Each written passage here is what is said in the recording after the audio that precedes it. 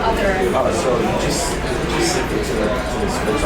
Oh, by okay. You don't need any extra. Okay. Maybe I can ask you to use this.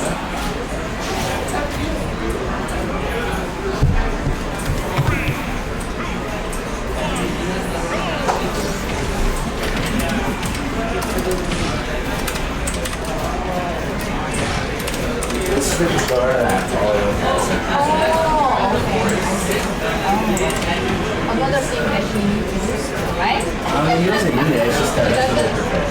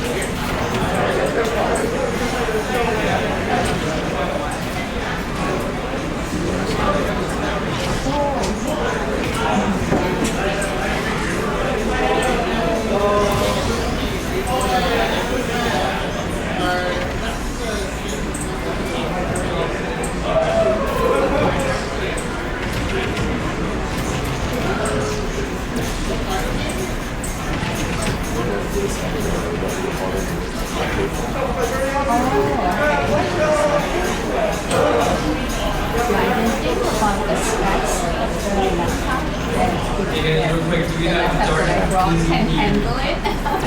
You know, and then I said, I told you that, oh, this is my daughter's old laptop. But the thing, you have to have a newest laptop, not the old ones, right? Pretty much it uses a lot of memories and CPUs.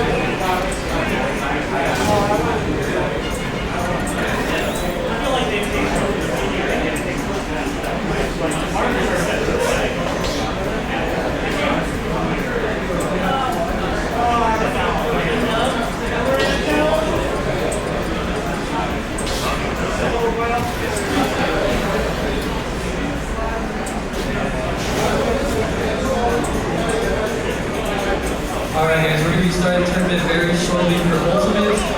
You guys know your friendlies, please get up on the setup, last friendlies. And when you are done with your friendlies, please get up on the setup. We'll be starting the bracket open.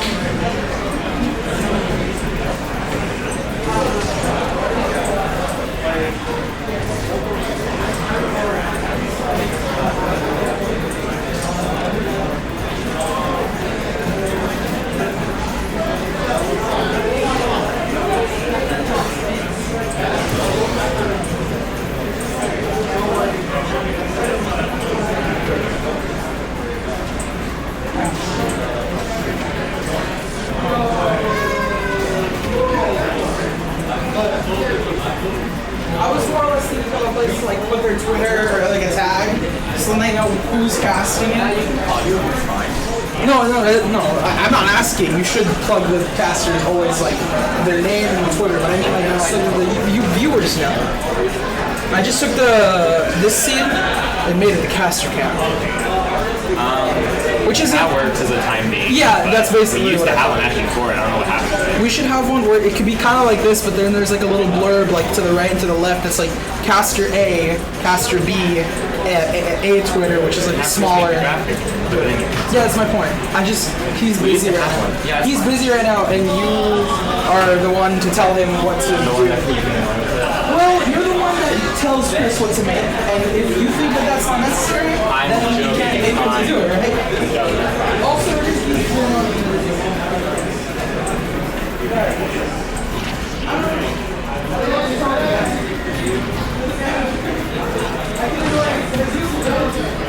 I tried really hard for this.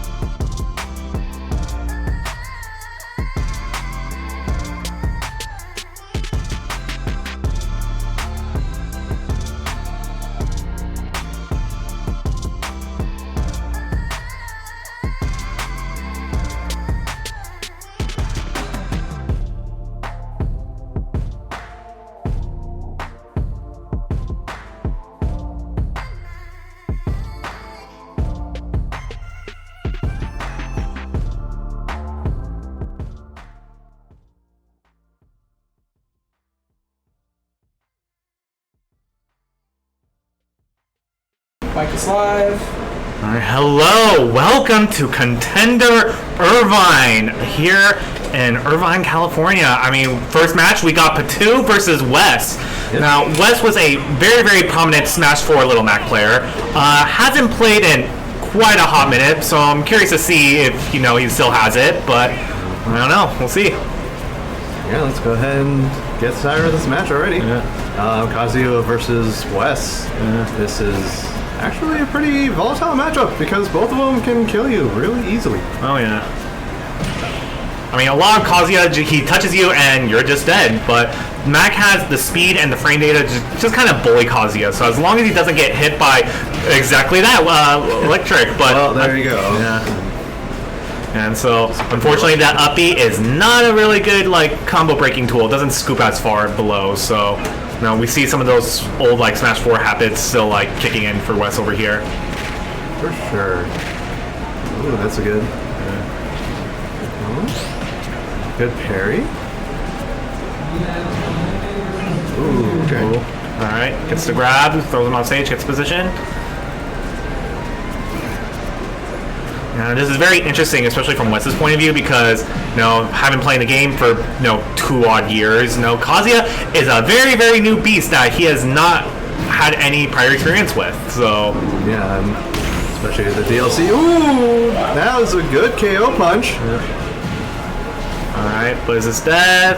There's a down smash. Oh no, releases it too early. Yeah, that definitely would have caught the little Mac going up B. Yeah, especially since he has that armor on his just general existing. I like that up B. If you're gonna get hit, I don't know, try use your combo breaking tool to avoid it. Oh, try going for the roll read, but unfortunately, Patu not giving it to him. Here we go. And yeah, he's just hoping that he rolls in on all of his moves. He's still living. Yeah. All right.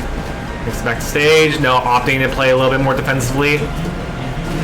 Here we go. And yeah, just Wes is respecting him way too much. Especially at that percentage, you definitely don't want to get grabbed up and down B. I mean, you just gotta kind of realize that Kazuya doesn't have a whole lot of landing tools. He's got fair, he's got down air, but both are very laggy.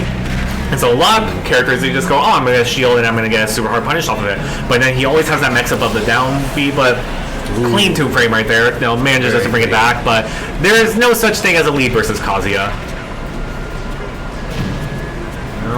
Honestly, once you're at 0% against Kazuya, yeah, be ready. I mean, any percent is kill percent with Kazuya if he hits electric. Yeah. Oh, punish. No, doesn't get the right read on the tech roll option. But now KO punch, the great equalizer. He's at kill percent. This is the game of chicken. Who bounces first? But there we go. Patu finds his out. Now Wes has to make this up the hard way. No KO punch on deck. Alright, and yet again, just catching him off guard with that down B. Gets the double jump, but he still has a side B. And there should be the up B. Yeah, still makes it back. Very, very good play. Yeah. Oh no, but he grabs him during the forward smash. Yeah. Just that landing down B has just been catching Wes so off guard. Well, game 1 goes to Patu. Yeah. And in case you guys didn't catch it, I am Alitech. And I am Tempo. Sorry, the match started real quick and we just had to get going with it right away. Yeah.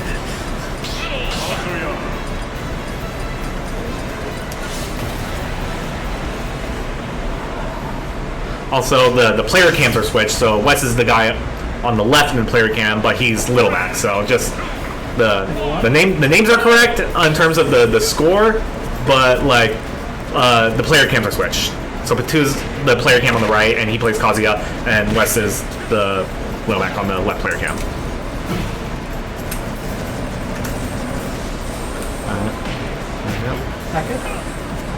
Yeah, that's it. There we go. I definitely see a change of pace compared to the first match. Yeah. I mean, that's kind of the scary thing about Kazuya. Oh, but that's it. That should be death. And then no, it just puts it free. That's so. If you get that, Kazuya has the freest. Oh, I'm just gonna just jump up and down air, and there is nothing you can do about it. And just like that, I mean, even fair, drop zone fair. Like if you get that command grab, like you're just dead as Little Mac. There's nothing you can do about it. All right, he's gonna land with another down B. Oh, he got the nair, but he didn't believe it connected. All right. Oh, yep. Wasn't expecting that, and unfortunately doesn't get the electric. Manages to hit him out with the up B because he dropped the combo. Drop combo. That up B comes out. Oh, just gotten scared. Bottom. Yeah. Wow, barely killed. Yeah. Surprising. And I love that. I know he was going for a lot of forward smashes and got rolled behind, so going for the down smash and a little bit damage, but it covers more options. And this should be death. This should be death. Come on, Patu. Oh no, you got greedy. You don't have to overcomplicate things, my dude. Just run off and dare, and he's dead. There we go. I mean, he had kind of air dodge there, but you know, there's the up B. Very good two frame. Yep. I mean, this is scary. This is scary for Patu because, yep, he's at kill percent. He's at kill percent. Whoa, he read it! He read the roll too. Oh, no. Just pulled the trigger a little bit too early for that. Alright. What's the option? Oh, jump up the side B. No. It's a mix up. Expected. Yeah. What? A Little Mac aerial from ledge? Nobody expects that. Oh my god, and the up smash whipping because of the intangibility on the electric. Oh, nice tech chase! Oh, and he DI'd straight out for that. Yeah. That was not a good DI. All right, 1 point. Very good, very good. That was the I need to get away DI, because we saw that before that Wes was reading the tech roll in, so he was probably holding out to like not give him the up smash like read. But unfortunately he DI'd straight into the side B instead.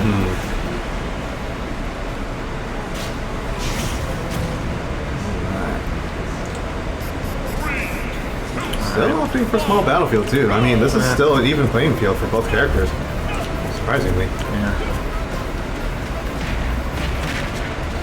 I mean, as Kazuya, like, do you really want to give Little Mac, you know, FD or town? And as Little Mac, do you want to give Kazuya platforms where he can run away too?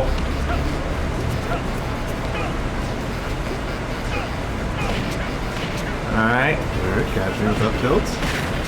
You know, just playing it solidly. You know. Alright, that's punish. Not going to be enough to kill, but I mean, damage is damage. Oh, okay. Come on. Are we gonna You've get experienced that this? There we go. There it is. There you go. That's all you got to do. That's all you got to do, Batu. Just run off fair, and then what does he do? What does Little Mac do in that situation? He can't do anything. Exactly. Oh, he went for the suicide! Yeah, I mean, you take those. Yeah, Wes was just like, you know what? Yeah. He was very scary, and now he is no longer scary. Oh, this is dead. This is dead. That's it. This is dead. Whoa! He Just gets barely, yeah. Alright, and my dude just wanted that nair into the Shoryuken.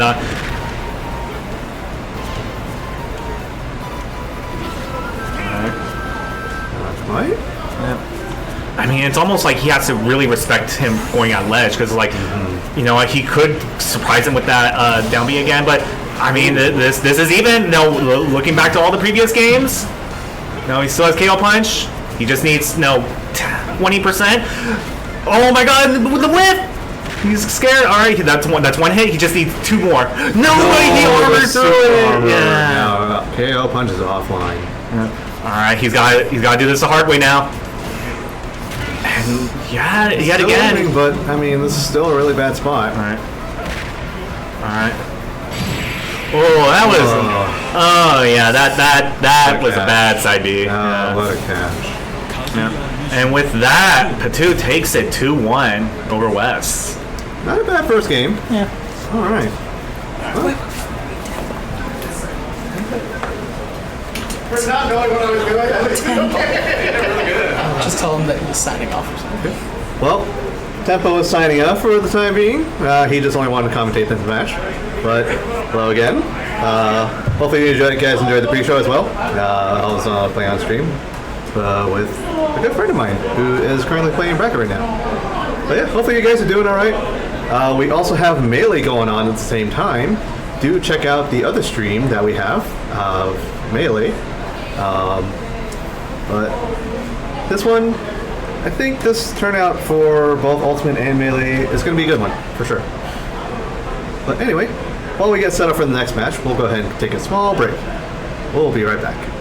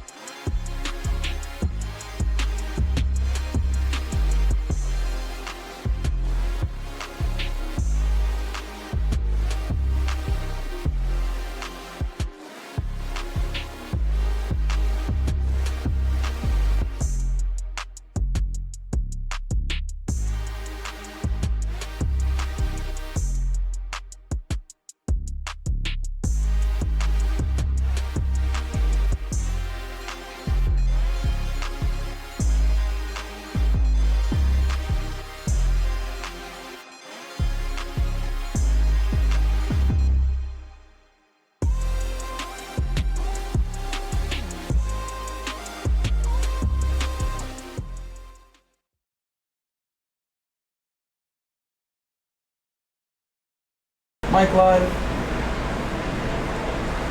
Alright, welcome back guys. We have currently on setup is Tempo and Brew. So Tempo was casting earlier. He does use Little Mac as well. So, and Brew, I have actually played him before. He does play Little Mac. So if we are actually going to be seeing a Little Mac and Pac-Man. Oh wait, Pac-Man, yeah, Pac-Man, yes.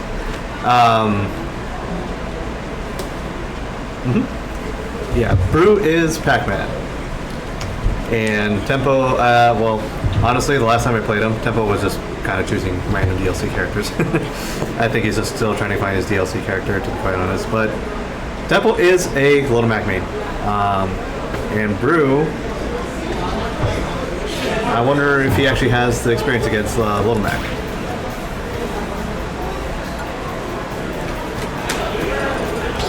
Alright, we're going to small battlefield. Pretty standard choice. Especially for someone like Pac-Man. Pac-Man can definitely set up a lot of tools on the stage.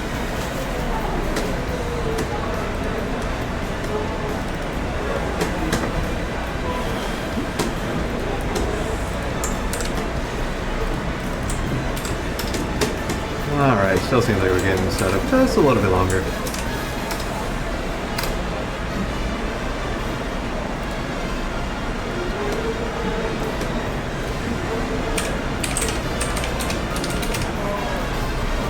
So, hopefully you guys' nights have been alright.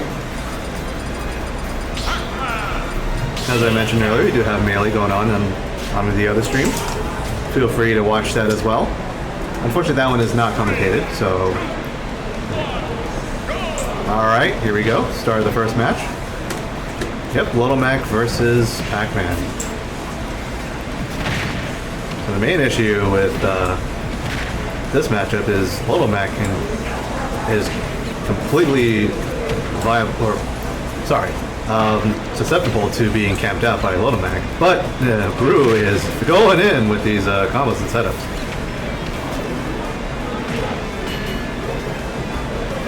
Ooh, what a catch! Tempo was going straight for that neutral B, the KO punch, but then Brew just said no. Just went for the grab. Caught him out of it. Good pivot grab. Oh, the fire hydrant wasn't ready yet, exactly. Okay. Ooh, good forward tilt from Tempo. And how are we doing? This is Yep. Gym Leader joining Alitech at the stream station. Where are we right now? We are on the second game. I believe it is still.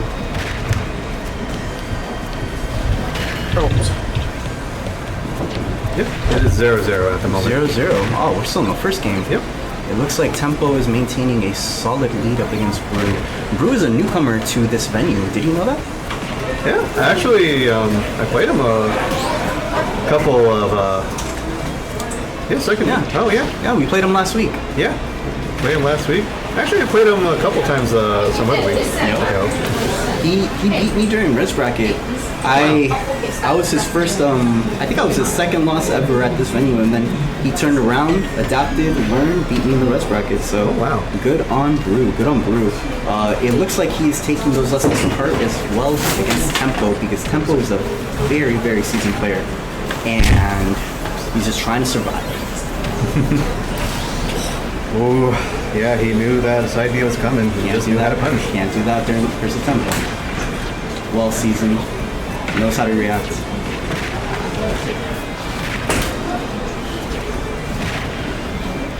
I will say this is not a matchup that you see every day. Yeah, definitely not.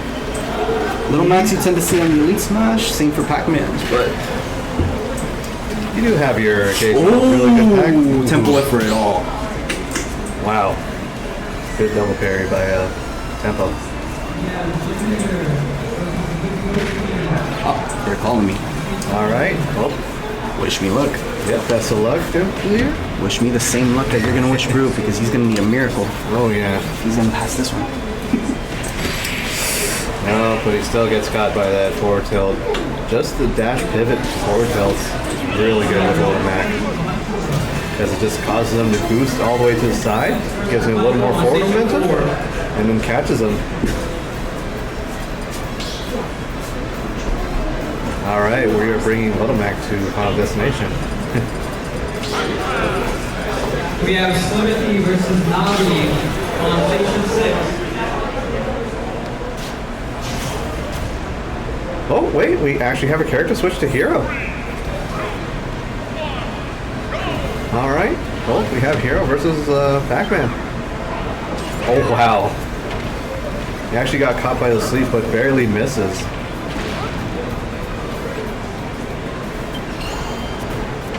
Oh, there's that reflector. Unfortunately, that mitigates a lot of Pac-Man's moves, but it doesn't really matter for Pac-Man because Pac-Man, you can actually really use him as a brawler.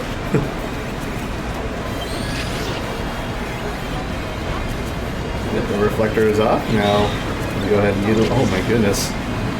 Just went for that thwack, which caused the fruit to get reflected. Oh. I respect the idea. But Tempo just saw that coming, so he rolled in the other way. Oh! Ooh! He was caught by the bell, but Brood ended up not capitalizing off of it, just went for a dash attack. I don't know if that was supposed to be intended, or if he was supposed to go for an up smash.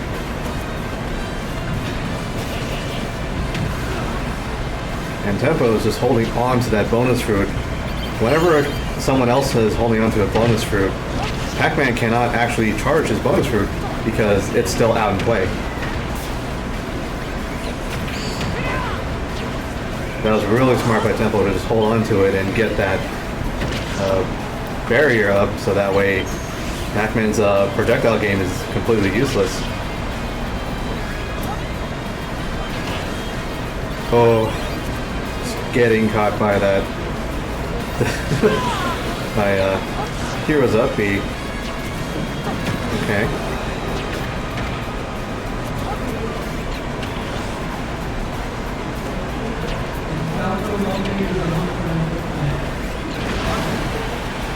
Gets caught by the side B. Bounces back. Oh. and just caught with an up tilt.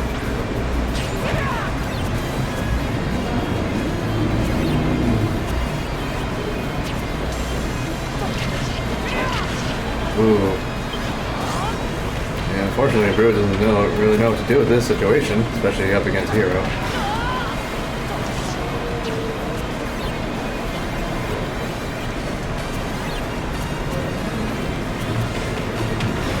Okay. Get down here, set up the fire hydrant, charge up some bonus fruit. Got Bell in hand. Nope. Ends up burning it.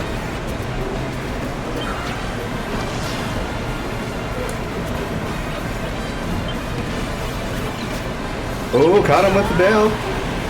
Oh, and up air is not gonna take it. Just barely living that.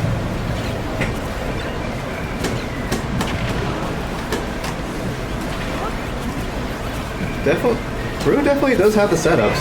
He knows how to set up his traps. But it's just, Tempo just knows how to deal with everything. All of Pac-Man's. Okay. Just had a little homie moment. But then Brew just ended up getting that forward smash. Sometimes, oh my god. Yeah, I mean, Tempo had the stock lead. Yeah, nothing much you can do about that. Oh yeah. Tempo goes to the next round, and Brew just ends up going to the losers round. 2-0 for Tempo. Alright. Well, seems like the next match that we're going to have is going to be across the Shadyverse and Pit 2. But while we get set up for that, we'll go ahead and take a short break. We'll see you guys in a bit.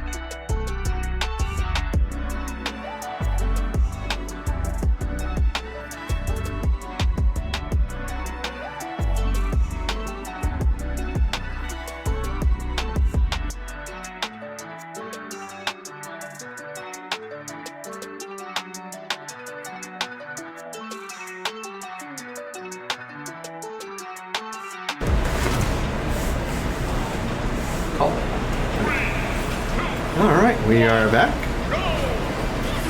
And it just seems like we're doing a quick bell button. Oh, wait, I see. The 2 did not change his name. That's going to matter a lot because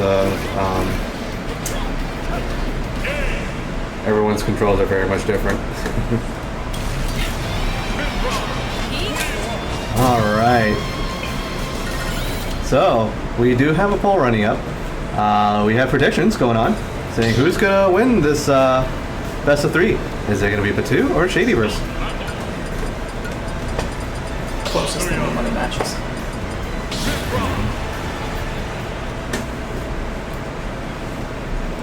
So we have Kazuya as Patu, or Patu as Kazuya. Sorry, I got that mixed up.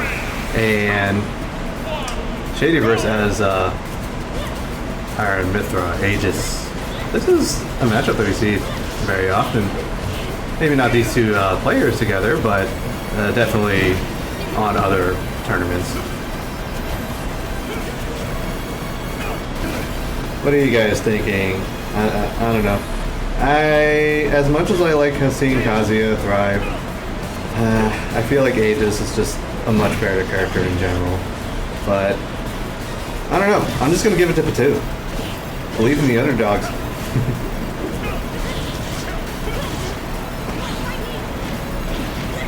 Alright. Shadyverse doing a very good job of covering all the recovery options of Patu. I mean, the thing is with Kazuya, his recovery is pretty linear. I mean, sure, he can make it back from very far distances, but I don't know, his recovery is pretty predictable. And especially with Aegis' down air, he can definitely clip Kazuya's uppy while trying to recover, or catch the air dodge in. Alright, Patu running in and getting a quick electric. That was pushing Aegis off the stage.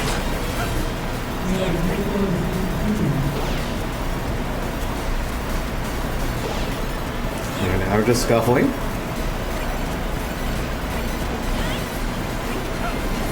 Smart idea for Shadyverse to stick with. Oh, yeah, the nair to down B. That's we've seen that in the previous matchup too. He definitely likes going for those.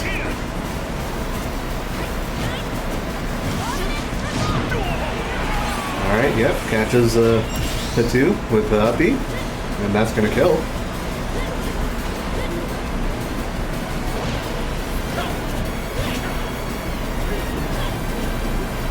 But definitely at higher percentages. Any Aegis would want to stay as Pirate because Pirate is a lot heavier compared to Mithra. So, especially facing against someone like Kazuya, it's definitely going to be vital because he can really kill Mithra early. Alright. Good conversions off of that. Good percentage. Of course, the main game plan of every Aegis player is to rack up as much damage as he can. Ooh, but we're getting combos with Kazuya. Okay. But he ends up dropping the combo.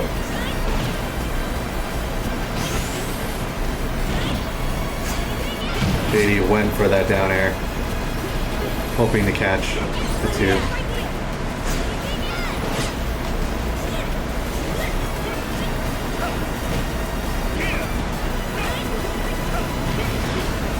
Shadyverse is doing a good job just spacing out and keeping away from Kazuya. Kazuya doesn't really have that much of a reach, so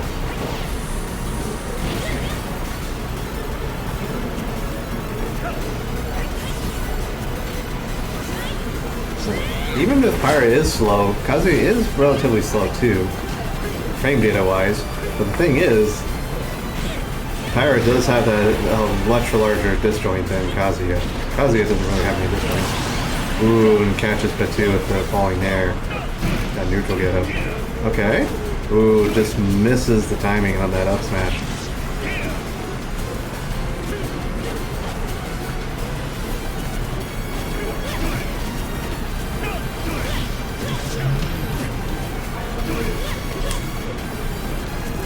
No need to rush in for Shady, since he does have the percent and stock lead. Good conversion.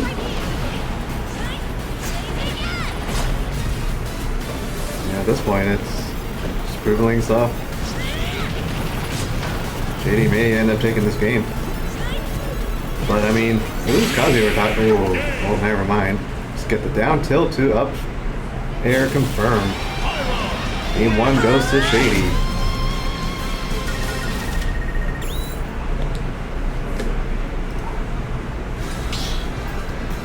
Alright, we're running it back to Pokemon Stadium 2.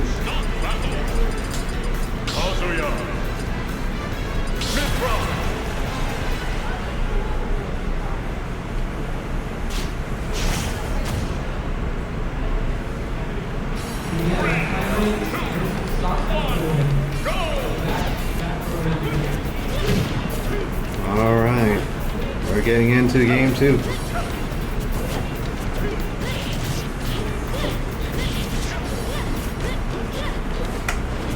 Yeah, despite the threat potential of Kazuya, this Mithra has so much better frame data compared to someone like Kazuya, because Kazuya still takes time to throw out his moves, but Mithra is just the frame data of Sheik, but also has a sword?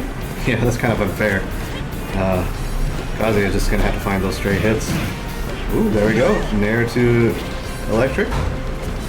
Unfortunately, because it was on second plat, couldn't get very much off of it. He got the Nair there, but then ended up doing the heavy version of the electric wind.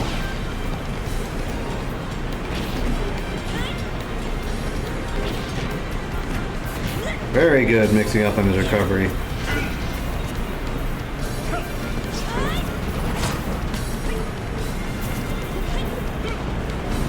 Looking very much like the last game. Kazuya just has Rage Drive ready. And Shady just keeping away, just playing as Pyra. Because she's a lot heavier.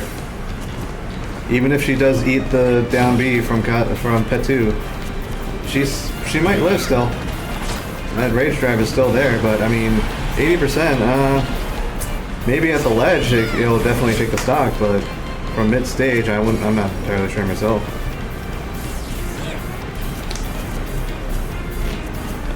Petu just waiting for Shady to just do something. He's fishing for something, but I don't know. Petu's not really forcing Shady to interact, while Shady's just playing patiently and just keeping away because he has a % lead.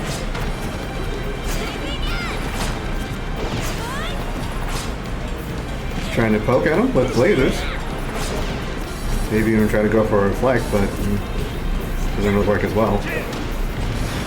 Ooh, now Rage Drive is offline since he took enough damage.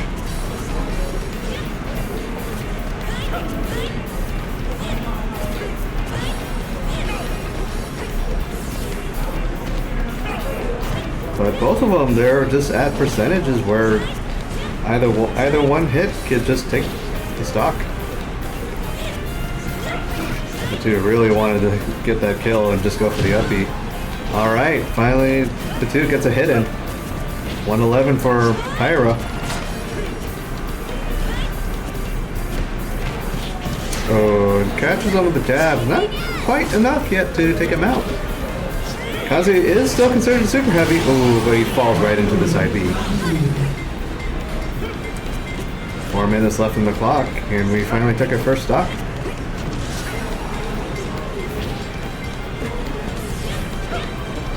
It just goes to show the patience between these two characters, or players.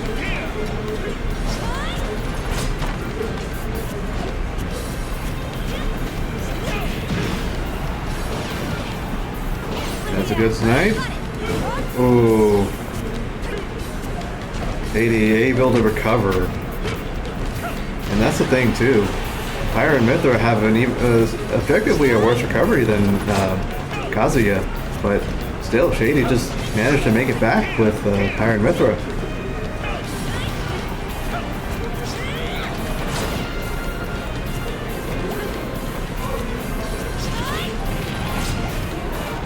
Ooh, getting the footstool combos in with this side B. And now the dude is just racking up all the damage, but catches them with the up air.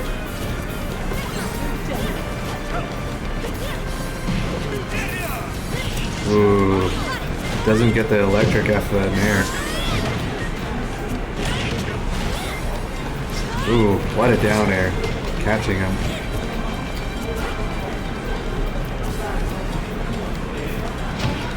Katie almost got that footstool combo.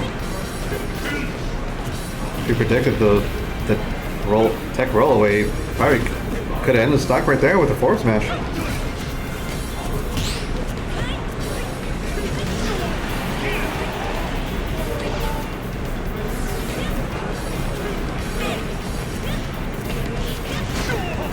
Is jab gonna do it? No. Still living at this percentage. As I mentioned before, Kazuya is really heavy. 2 minutes left on the clock, and there's still 2 stocks on both players. Both are at killer percentage again. Well, who am I kidding? Tara has always been at kill percentage against Kazuya. Oh, catches him jumping in with the up air.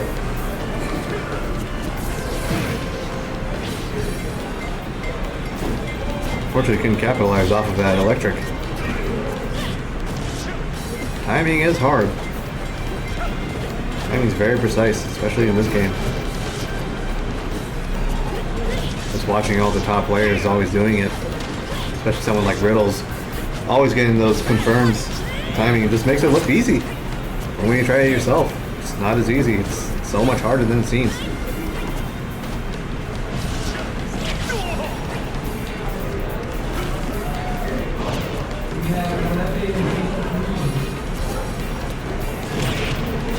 Ooh, catches him beneath the platform with the down air to up smash. And Shady takes the game 2-0 over Patu. Alright. Very, very slow paced and patient game from these two, but I mean, what are you going to expect from these kind of players? Alright. Well, we are back here. And let's see who else is coming up on stream next. So, who did you guys predict that was going to win? Was it going to be Patu or Shadyverse? Honestly, I had a feeling Shady was going to take it, but Patu is still pretty... I still believe in Patu. He still had a pretty solid Kazuya.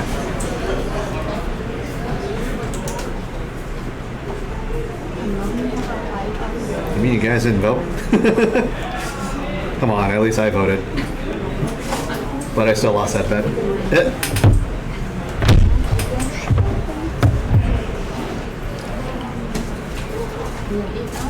But yeah. But I guess while we're waiting for the next match, we can go ahead and take a break. We'll be right back.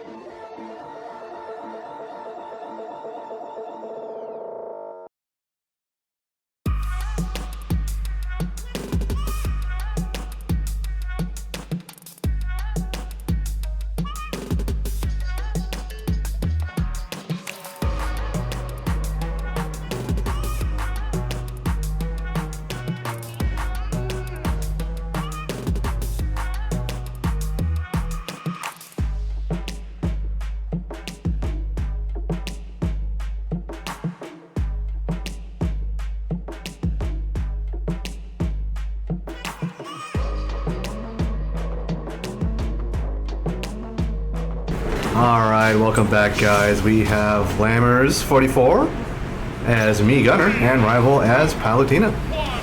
We usually don't ever see any Me fighters in the scene, so this is a first. What a treat. Well, we do have a lot of Palutenas, I mean Chase being one of them. Speaking of Chase, I don't know if he's actually here today or not. He's not here. Oh, well, I've been informed that Chase is actually not here. So, this is going to be an interesting turnout. But as of right now, Lammers is actually taking the lead, the percent lead.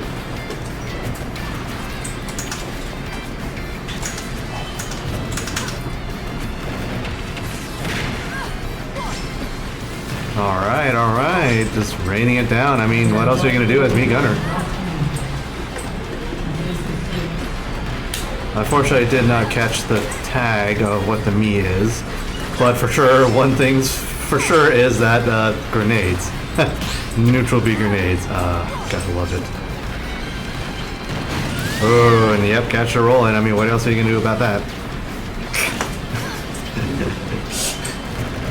I don't know what's going on. It's very funny to watch. Yep. Oh yeah, the bomb down B. Personally, I don't like him as much as Samus's down B, but I mean, you know, those bombs go flying forward. But yeah, I don't know. We see this kind of Me setup online a lot in Elite Smash.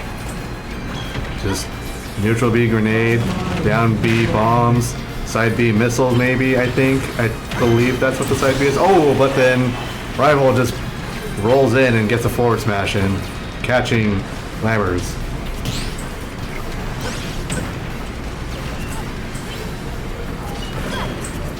I mean, Palutena does have a reflector, but I mean, it only works so often, especially with how fast these projectiles are coming in. But yeah, no, Lammers just knew that Rival was coming in with that up B, trying to recover, change up his recovery, and not go for ledge, and caught him with the up smash.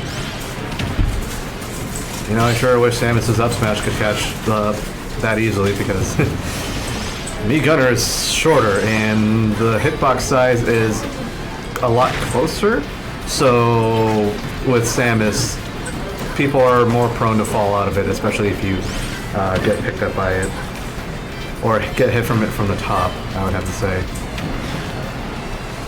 It's a very specific spot where you would have to get hit to get pulled out of it, but I mean, at least the up smash works in this game, that's all I have to say. For both characters, for both Samus and Me Gunner. So happy for that. Otherwise, if it was something like Brawl or Brawl or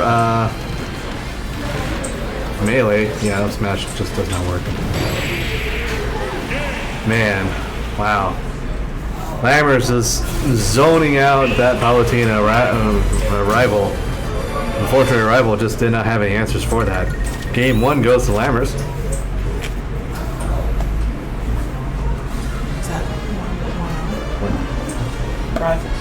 And looks like, I believe we may be getting a quick check right now. Not entirely sure what's going on here. I believe it's a stage list check.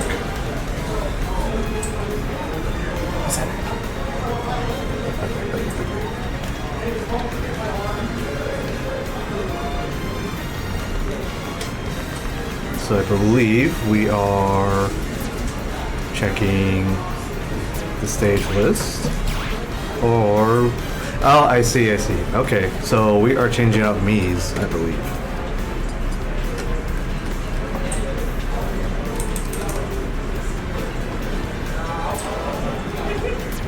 I mean, that Mii setup worked out just well for Lammers, so I don't know, I wouldn't know why he would want to change up his Mii, but I mean, hey, Mii's are fun characters. You can make them how you want them, so have fun with it.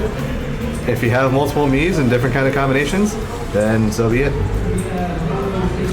Seems like they're just deciding on what stage we want to go to at the moment. It is Rival's choice. Unfortunately, I can't hear the players, so don't know what Lammers banned. But it seems like we're running it back to Pokemon Stadium 2, which is fine. Oh, looks like we're going to stay in the spot. Ah, Rival is going Zero Suit. Okay. Zero Suit Samus against Me Gunner. Well, one thing for sure is Zero Suit Samus has the ability to get around projectiles really easily because of how fast she is and how high she jumps. She is still a very hard character to play though. So, I mean, if Rivals is comfortable with it, then we'll go ahead and just go with it. Oh! Sending back the down B to Lammers. I did not know that was a thing. You learn something new every day.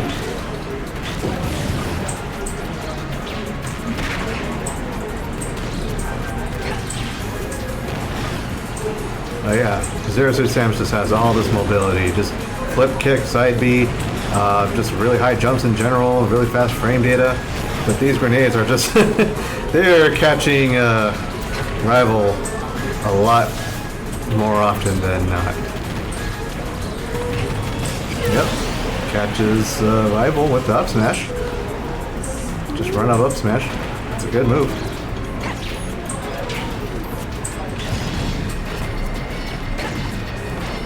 I would like to see a lot more Zares from Rival. Oh, catches a roll in with the down smash to up B. Not enough to take the stock though. Wow, that down smash actually sending back the down B bomb.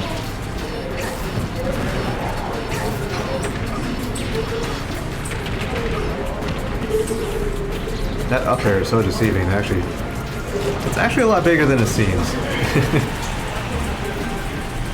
Well, Rival's finally taking his stock. He didn't take too much damage from all those barrages of projectiles.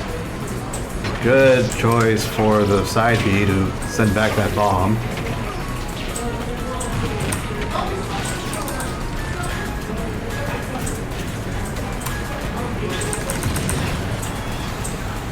Getting that tether grab, and here we are again with the ledge trapping of the bombs. If there's one thing that I am jealous about Me Gunner is that you can have Me Gunner have two ledge setups with two different kinds of bombs, versus Samus you only have one. And a better up smash, I would have to say.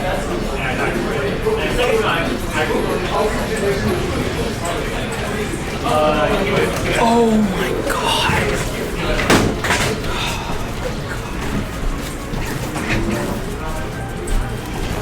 Alright. Welcome back, Gym Leader. Hello. How did your matches go? Good, good. So, you have to try to test package.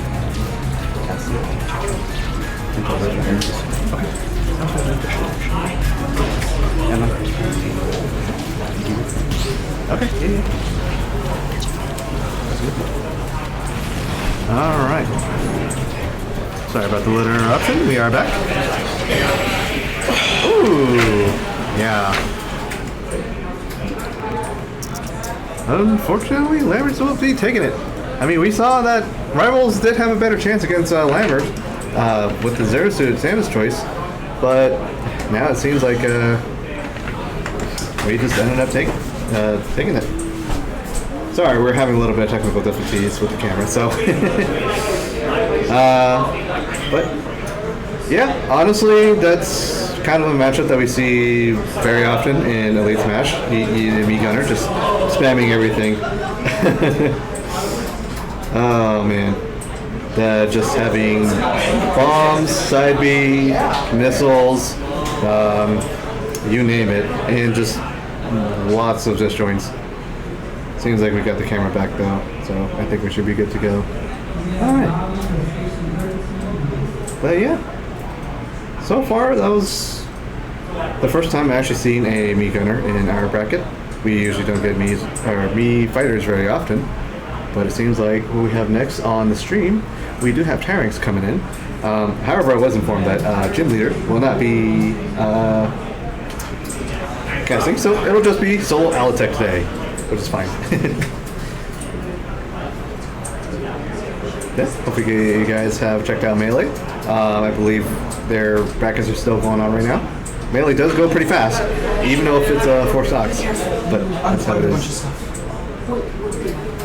when you were going in and out, you unplugged systems. Just be careful. Yeah. Thank you. It's alright. It doesn't matter. I already fixed it. Just down here. Yeah, just be careful when you open and close stuff. You're all good. We do have Tyranks. Yeah, we have Tyranks and Dorb on stream. Okay. We got the brackets. Okay. But yeah, we're gonna get set up for the next match. So yeah, Tyranks is on the left side and Dorp is on the right side. Tyranks with, you know, the stable Lucina, and we have Dorp here who does show up pretty often. Not to the Wednesdays very often, but I would have to say the Show Your Synergy on Sundays, the bi-weeklies. Dorp does show up very often with those, so if you haven't checked out Show Your Systems, we do run it in the same venue here.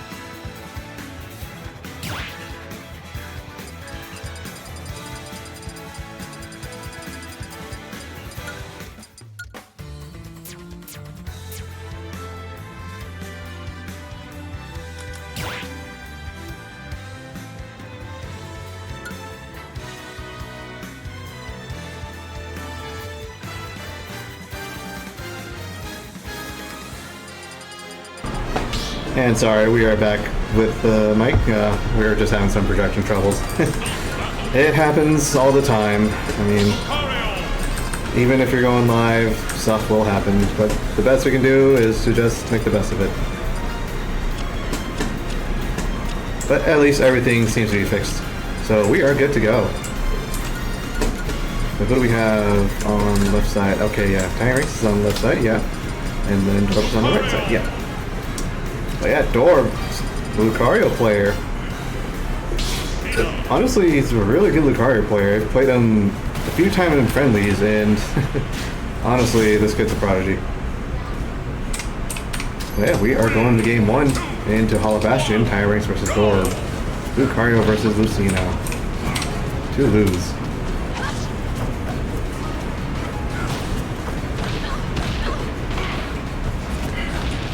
And that's the thing about Lucario.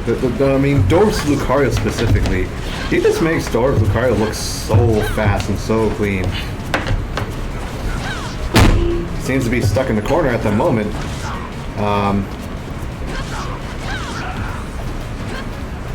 Tyranks just keeping the pressure on. I mean, we all know we all know how Tyranks performed last week.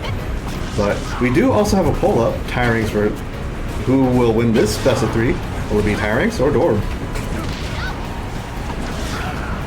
Me being the underdog, honestly, I love watching Dorb. But as I was saying that, he does get caught by Tyranks Lucina. But I mean, again, this is Tyranks we're talking about here. Okay. He just catches the get up attack. Alright.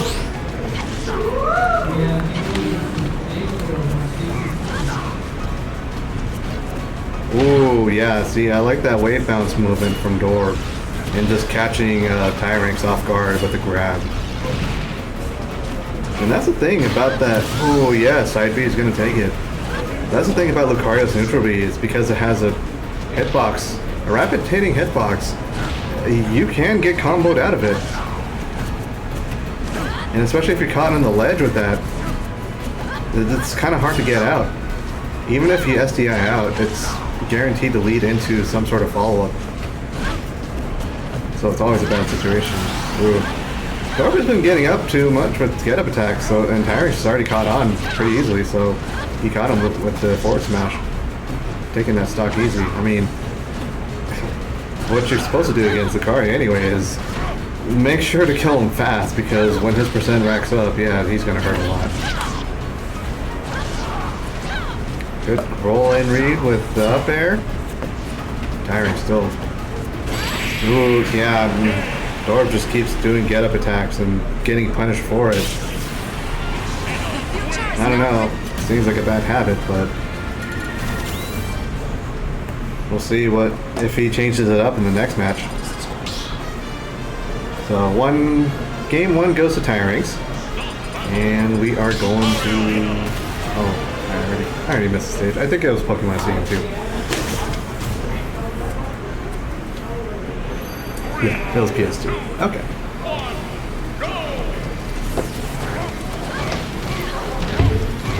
So here we are again with Dorb just racking up all this damage and combos with Lucario. And that's the thing about Lucario. He has all sorts of tools that he can mix up his landing options with. Especially, I mean, mainly because of wave bounce neutral beat, just like that. It really changes his momentum just dramatically, and it easily switches opponents up. Oh, Tirings, you're not Pyra. I'm surprised that the down air to up smash actually connected. But I mean, hey, if it works, it works. Oh, wow. Yeah, no. Tirings just getting that down air when Dorb up Bs. I mean, the thing is, with Lucario's up B, there is no actual hitbox unless it's at the end of it and the player hits a button. Then you'll actually have a hit.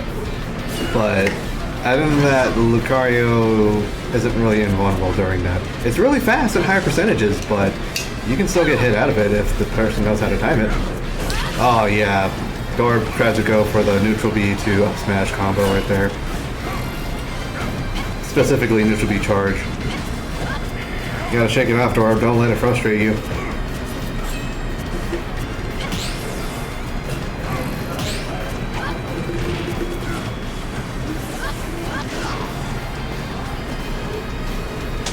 Can't let Tirings get into your head.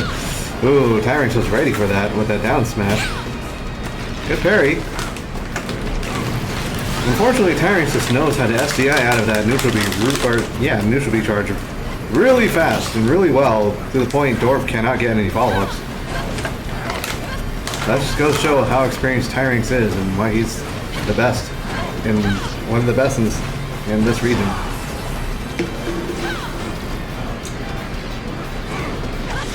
I would still say he is the best Lucina in this region, though.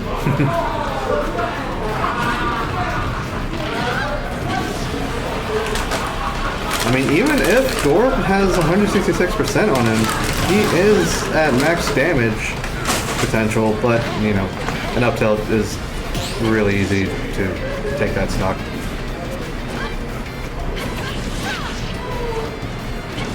Lucario is definitely the epitome of a glass cannon, I would have to say. Like, yeah, you can kill really easily, really fast. Oh wow, just like that forward smash, almost taking the stock at only 60%. And then that side B at the edge of the stage, taking it at 80%. That side B is really scary if you land it. It's not easy to land it either, especially if you're wave bouncing and all that.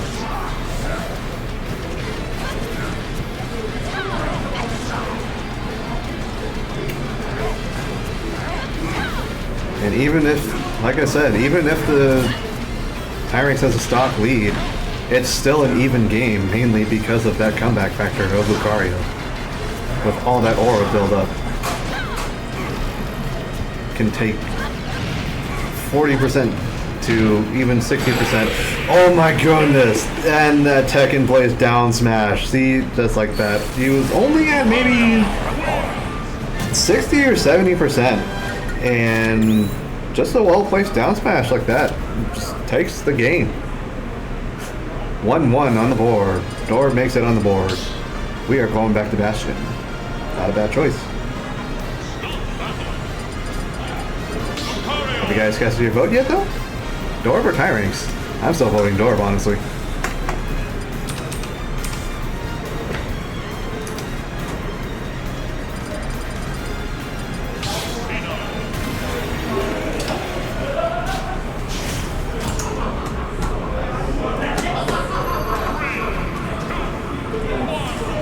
Right, game 3. Starting off a lot more patiently this time. Door makes it in. I mean, people voted for Dorb.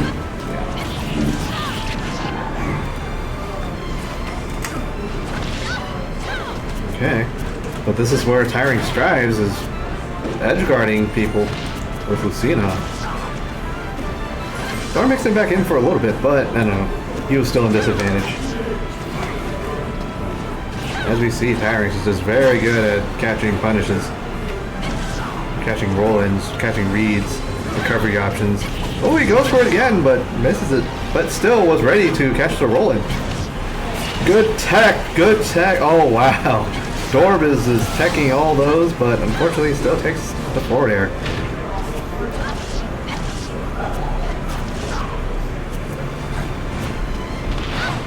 Alright.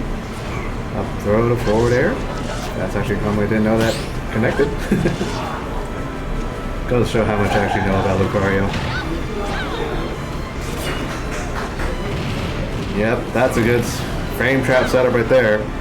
Just wave bounds perfectly on the ledge as the opponent's getting up. Ooh, again, just getting caught with the tipper down air to the platform for follow-up.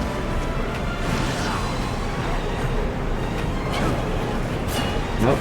Fortunately, Tyrings didn't time it that time. Ooh, wow. Powerful back air.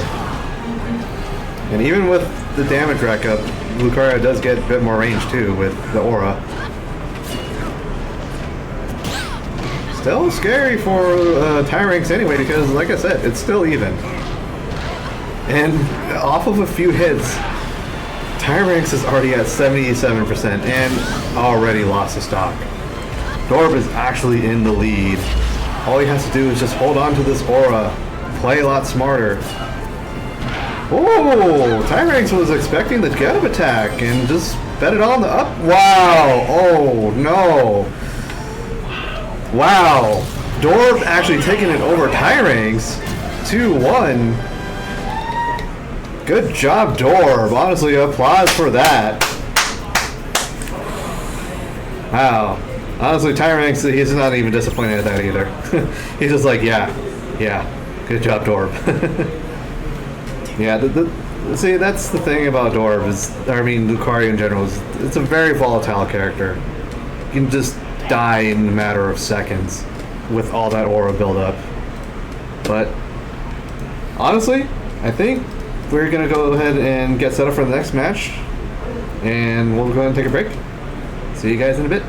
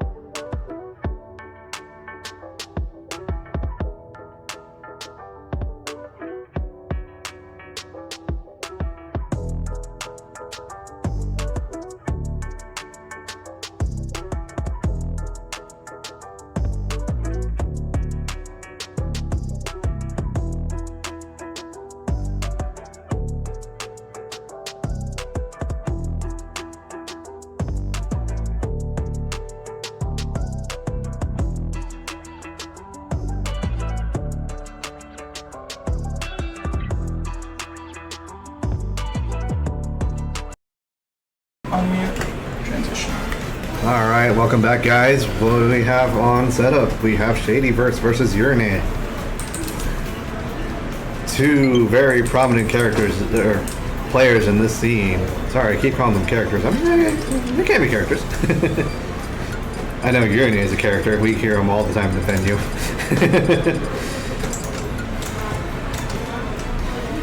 But we have Shadyverse going Palutena, actually. Alright, and then Urinate uses... Well, I know Urinate uses two characters. He uses Min Min and Bowser. And surprisingly, Urinate was a Bowser main before Min Min came out. And then he went to Min Min. If I got that correctly. But we also have a new poll going out. Who do you think is going to take this game? Shady or Urinate? Shady with the Palu and Urinate with the Min Min. Okay, well, honestly, this is pretty even of like a matchup, I would say, or not matchup, but like player matchup. Like they both have played each other very often, and they're both very good and very strong in the scene. So this one's a little hard. I don't know. Personally, I would bet Shady, but well. Commentator's curse. As soon as I bet on Shady, he loses stock immediately. But that's Min Min for you. I feel like Aegis would do a lot better against Min Min, but at the same time, I understand why Shady does not want to go Min Min, or I mean, Aegis against Min Min, because you see Min Min's arms, right? That could easily clip out Pyre and Mithra's recovery, especially since they're very linear and very easy to kill. But it's alright because Shady's in on Urinate.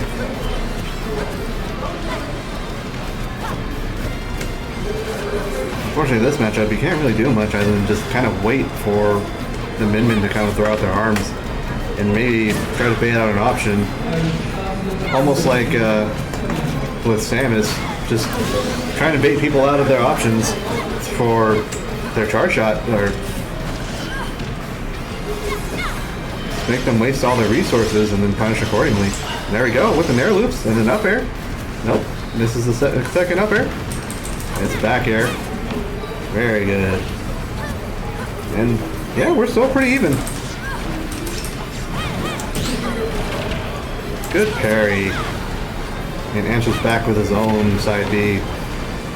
Explosive flame. The Watt is on deck though. Personally, I am a little scared of the Watt. Mainly because of how much damage that does and how far it still goes. And it just clinks with a lot of things because of how powerful it is.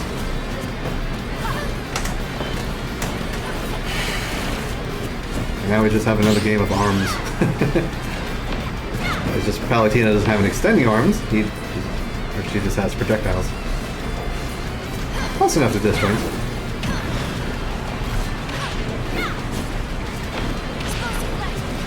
Ooh, catches the roll in.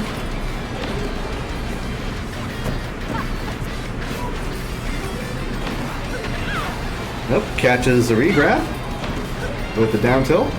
Or it could have been Geoframe, I wasn't actually paying attention to that. But from what it seemed like, it did look like a regrab. Oh, yep, shield poked. And that's what's dangerous about Min Min in general, is that she can easily shield poke, especially with Watt.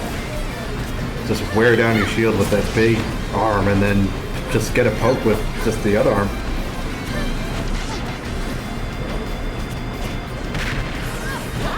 Catches the neutral get up with the grab.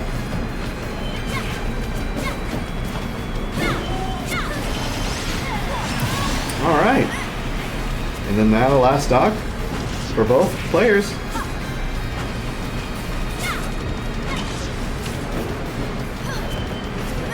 Ooh, unfortunately just misspaced that Nair just a little bit. And because of how Min Min was positioned at that point, was able to low profile it barely.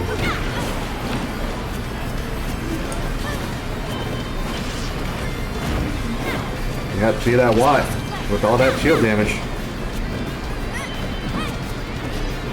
This is the up smash though. I feel like well, it's supposed to be a turnaround up smash. Oh no. That's unfortunate. Just completely bounces off the stage with the up B. I don't think Ram has a win box. No, it shouldn't have a win box. So that was just unfortunate luck. And Shadyverse is going to Rob. Solid choice. Rob is definitely a good character. I just don't know about Min Min. I mean, he does have Gyro, so that's another tool for Rob. Although, all right, here we go. Shady with the Rob going in. Although, yeah, Min Min's just carrying the Rob across the stage. The only unfortunate thing about this matchup is for Rob is he's big, so Min Min can easily hit Rob out of everything and kind of carry him across. And Urine is just showing up just that matchup knowledge against Robs in general.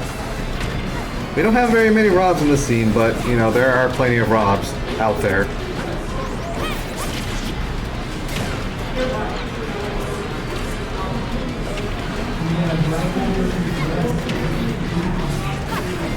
All right.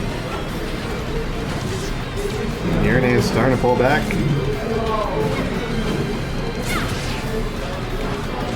Watt's online. Ooh, barely misses it. Catches him with the up air.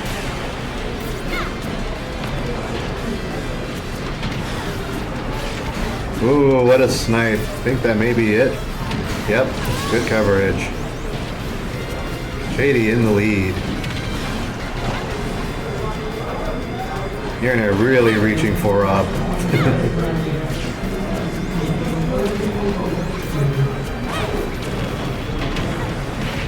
Yep, good combo. Nair to up tilt to up air. And they got that ledge trap with the gyro. Ooh, wanted to get that side beat. Oh! Snipes him with the up B, but that doesn't matter because he doesn't make it back anyway. Shady's still in the lead.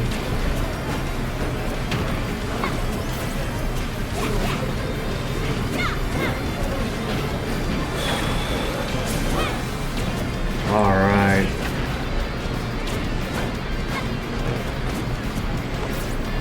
Just waiting it out. Here it is, just chipping it on the way, racking up all this damage. He is already at kill percentage. Well, no, Robin is pretty heavy, so maybe not quite yet. One more hit for sure. Okay, yeah, now he's at kill percentage. Especially with Watt. Watt with all that shield damage. Gotta tilt that shield.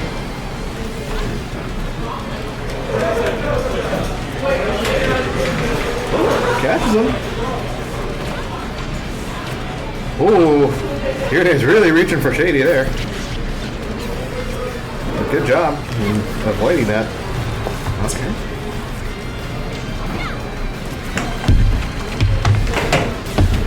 Snipes him. Urinate wastes all his resources. There we go. Shady's on the board. 1-1. Alright, well, Rob was definitely the choice. I respect it. Yeah. So, I already said my predictions, so I'm still sticking with Shady.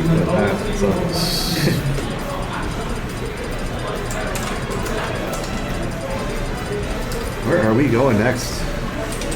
No, we cannot go to Wii Fit. It's a nice place, but unless we go to the FD or Battlefield version, well, there we go. Speaking of it, we're going to Battlefield. Shady gonna stick with the Rob? Yes, he is.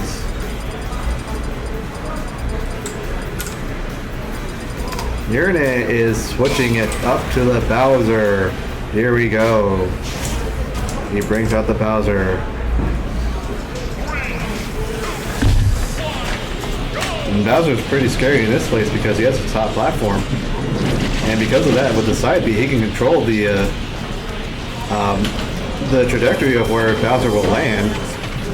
and he can make it to where he lands on the top platform, which would cause people to die a lot earlier than expected. And wow. JD's racking up all this damage because Bowser is just that powerful. Ooh, yeah. JD's looking a little shaken up. Okay, he's coming back in. It's a barrage of fairs and having all these setups. Ooh, not quite on the side B. Pushes him away with the down tilt. Now he's walling him out with forward air and gyro. Oh, and he just runs into the forward smash. Bowser may be heavy, but I mean, you just face tank a forward smash. It's still gonna kill you.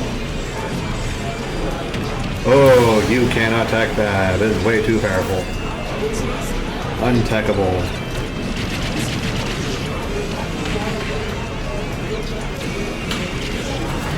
The only thing about this matchup is that Bowser's still pretty big too, so he's pretty easy to combo.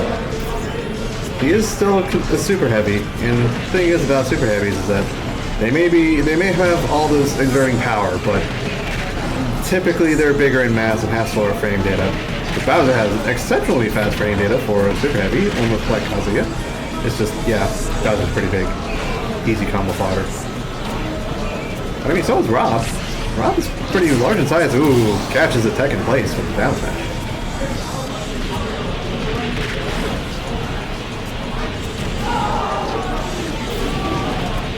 I believe in you, Shady. Defeat the Bowser, although Bowser is definitely not as high on the tier list compared to Rob. I always appreciate underdogs, so I always flip my views every single time I see a player using a not so popular character on stream.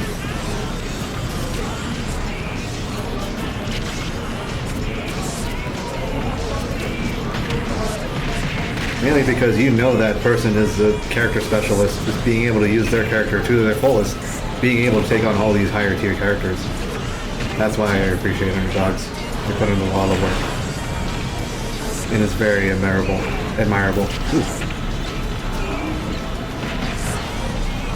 But this is pretty even. Pretty scary. Shady is one hit away from death. It just...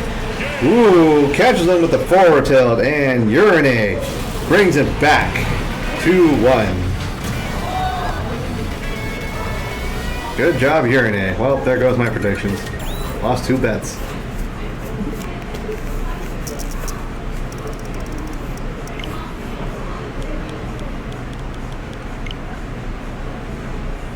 But regardless, that was still a good match. Like I said, these two players are pretty high caliber, so it was pretty unexpected of which are not really predictable on who would win that match. But like I said, I kind of voted Shady mainly because Min Min. I don't think a lot of us like Min Min, to be quite honest. I mean, okay, the Buzz has a really good Min Min. Pink Fresh has a really good Min Min. You have to respect them for that. And at least Min Min is not as terrible as before. Not as unbearable to deal with, which is fine. Actually, did Proto use Min Min too? I believe so. Yeah, Proto did use Min Min, I believe.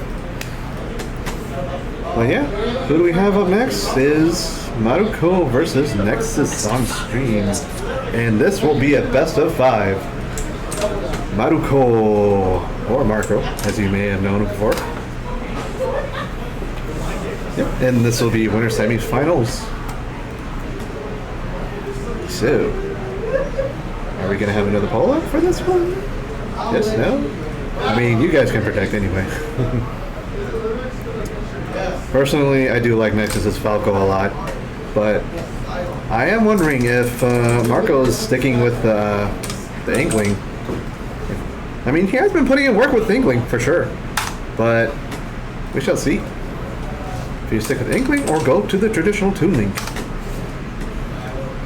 Toon Link versus Falco, that is a fun matchup. Well, okay, no, maybe not, especially for Toon Link, because Falco can negate all those projectiles. So with Reflector. But I mean, Toon Link still has pretty good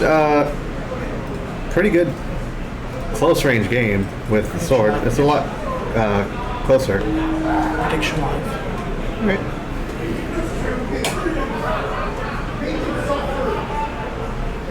But yeah. Who will win this best of 5? We got the poll up for Maruko versus Nexus. Who do you guys think? Marco? Nexus?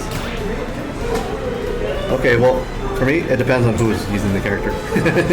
Or who's using which character. Is Marco using Inkling?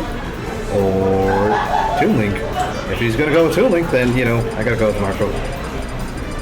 But, I mean, Nexus Falco is still really solid. Oh my goodness, we are seeing it! Marco's using his Toon Link. This is tried and true. And we shall get into it.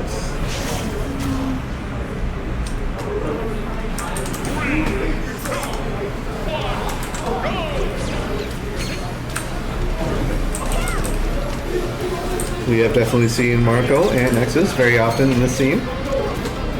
Nexus has been to other Super Majors and has been seen there as well. Pushing the Falco agenda, the Larry agenda. Oh, that was a bit unfortunate. Oh wow, that was a rough first stock for Marco. Just his own bomb betraying him.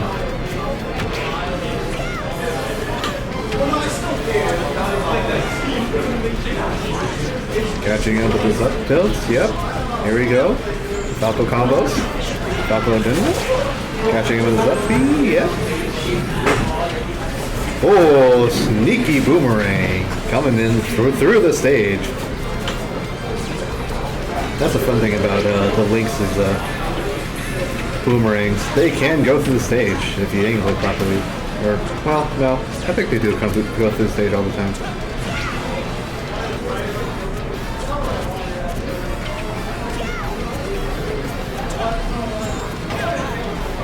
Catching up the forward tilt, but Marco Tex, he knows what he was fishing for. Up tilt to up air, puts Nexus in the bad spot. Ooh, Nexus catches him though with a quick back air.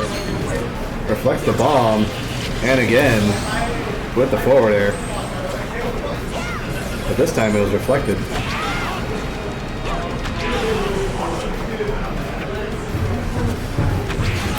Ooh.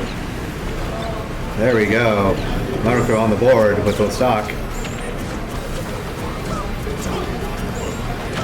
Yep, that's a pretty good shield trap right there.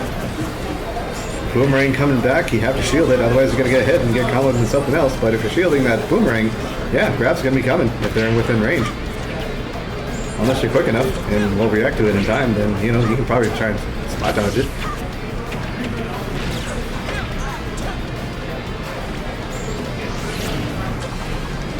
Very good ledge drop bomb.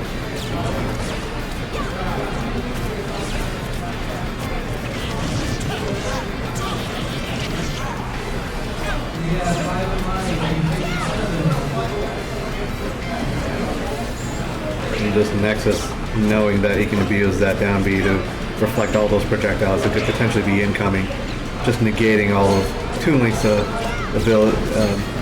zoning options. Ooh, wow. Really fancy. Nexus reflecting that bomb, knowing he was going to hit him, but then Marco knew the bomb was reflected and managed to catch it in time, but then he just, Nexus just reflects it back anyway, and gets a lot of damage off of that one interaction. And Nexus with that neutral B. Just that one tap with the neutral B always messes up people's timing.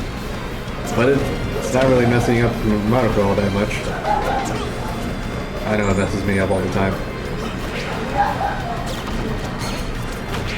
Yep, catches him for reflecting that with his own forward air.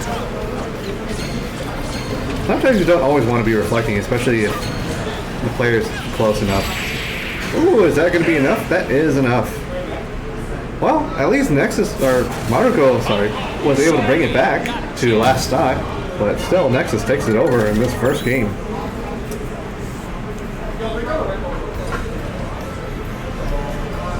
Haruko takes the hat off. So time to get serious. Maybe sometimes the visor does get in the way. Who knows? Quick check break. Next, this is grabbing a quick drink break. So will I. Make sure to stay hydrated all the time, guys.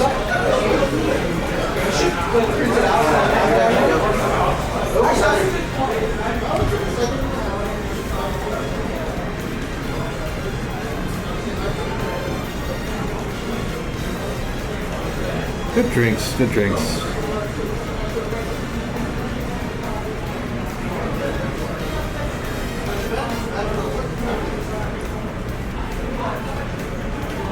I mean, both of these players have played each other very often too, so they're pretty much buddy. Oh, are we getting the music kind of pick? They were looking for like the stage lists.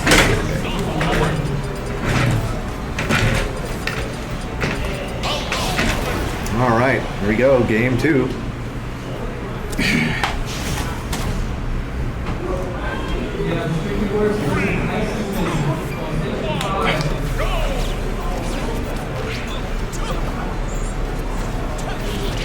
See what Maruko can bring to the table.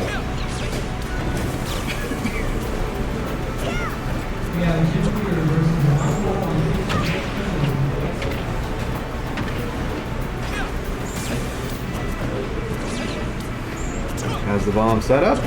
Yep, bomb coming down, but Nexus was aware of that. Good block by Maruko.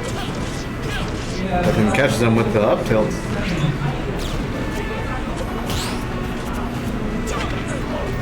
Honestly, Falco's up tilts are just ridiculously good because it just sets it up for... Ooh! What a good combo from Maruko. Oh no! What? Very unfortunate for Maruko. The up B trade causing Maruko to bounce off stage and not tech. This game can be silly at times.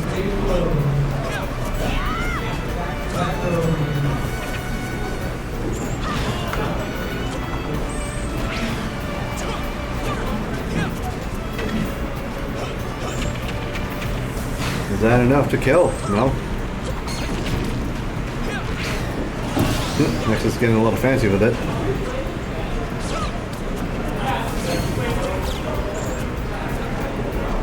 But unfortunately gets punished for being too fancy. Almost catches the roll in. But Nexus catches the roll in.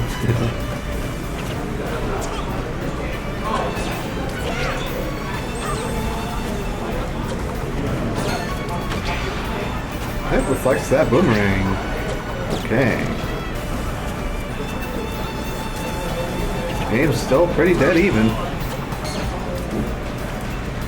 Even after that silly first stock. And now Nexus is just racking up all this damage from all these projectiles. Ooh! Up B out of shield. Still good option. Almost taking the stock. Oh man. Nexus is just going in too aggressive to the point he got caught by the returning boomerang and then up smash. I don't know if Maruko wanted to charge it up smash after that up throw. I think that was supposed to be a quick up air. Almost taking that Maruko stock with his own up air.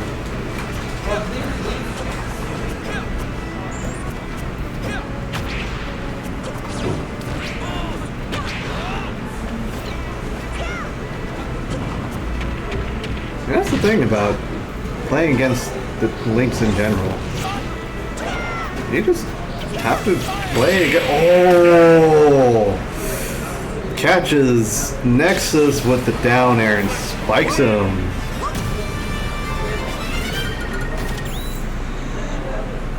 What a read.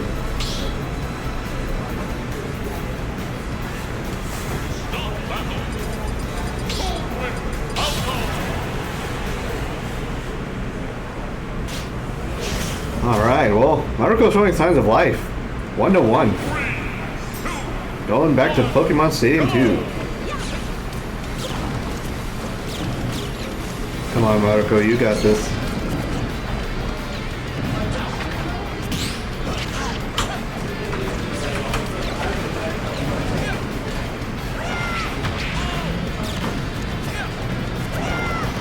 I mean, this is still best of 5, so still have another game to play. Ooh, reflecting that bomb. Oh wow, the awareness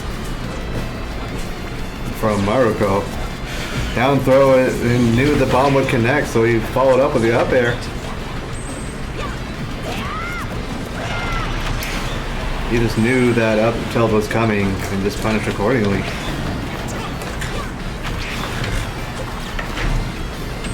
Oh, catches the side B.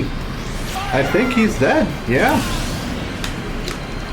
That side, that boomerang, returning boomerang just messes up Nexus's recovery and just causes him to side B again. And just makes him go under the stage, and yeah, he can't really make it back from there.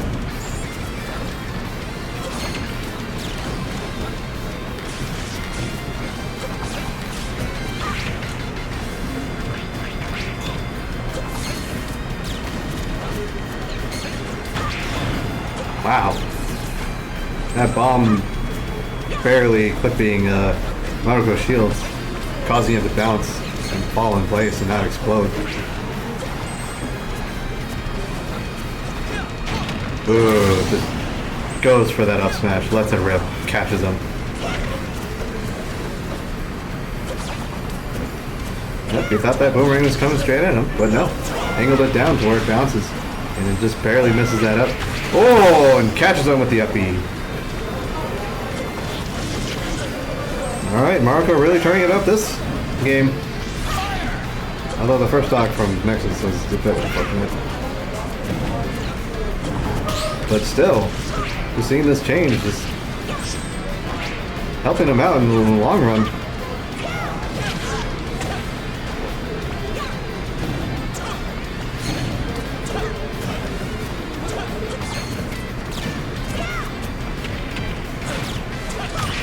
Oh, catches his leg with the back air, sticking out his leg with the back air, and then just spikes him. But Nexus was ready for that, so he took.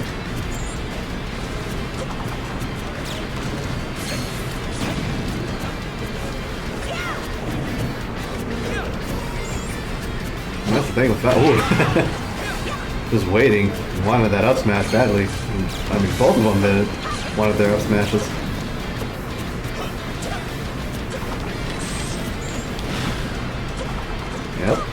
Yep, that arrow is gonna stop Falco, and then just got to grab off of it. Not quite enough to kill it just yet. With the back throw. Ooh, catches some with the side B. No follow up, but sets back to neutral. Ooh, yep. Unfortunate.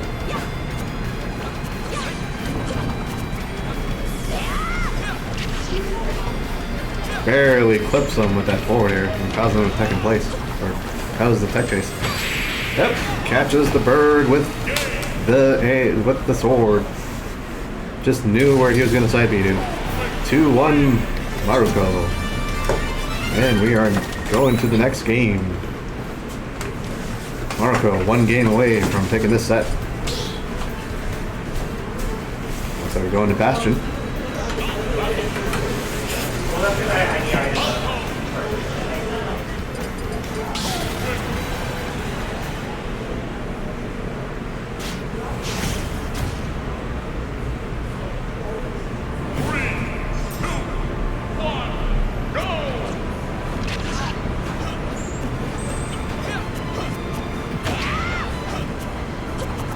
Not entirely sure what that interaction was at the start. Ooh, yep. He just knew the bomb was going to connect, so he went for the up air. 72% already on Nexus on the board.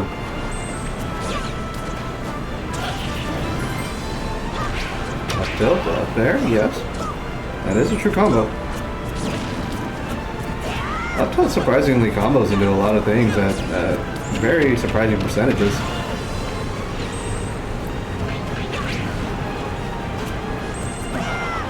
blocks him. Blocks the side beat. Oh! Nexus tried to get the drag down.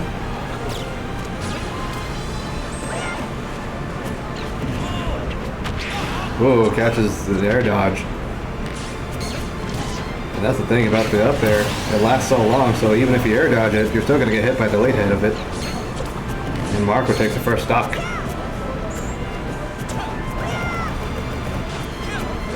Nope. Marco was just slightly out of range for that up tilt to connect. There we go, the up tilt to back air. Unfortunately not enough for it to kill. Bastion is a pretty big stage. Nexus is doing some fancy stuff down there. Well, it's not really fancy, it's just wall jumping to finish up the recovery.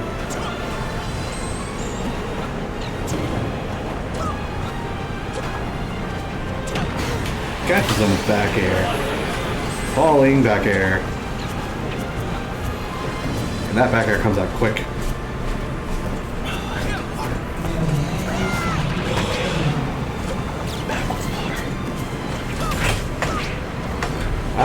Managed to pull out his sword in time before Nexus came back, or with the boomerang to continue that combo. Really interesting. Oop, there you go, down your combos. This ain't melee Falco, but it's still downer combos. And it still works. Ooh. I think Marco was expecting the roll in for that forward smash.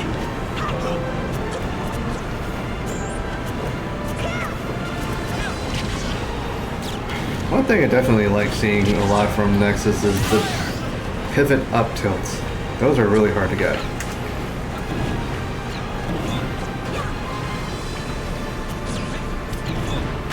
Ooh, yep, bomb into forward air.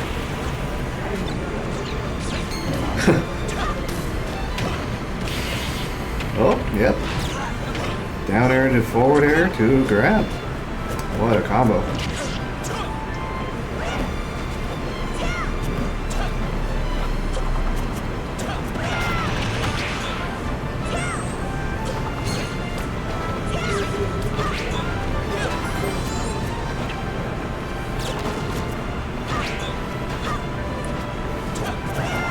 Ooh, barely misses that up B. Bit surprised that didn't hit. Looked like it clipped his feet, but I guess not. Just a slight hurt box shifting.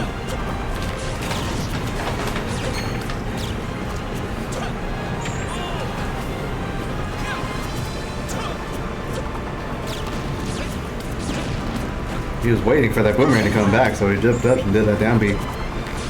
But unfortunately, still didn't connect. Oh, but that's going to reflect the bomb, though. Oh, barely misses the punish on that side B. And the confirm off of the bomb with the forward air. Oh, catches him with the bomb, block the shield. Marco's just got to be really careful. Oh, fortunately Nexus wasn't able to cover that. Oh, and there we go. Marco taking it over Nexus 3-1.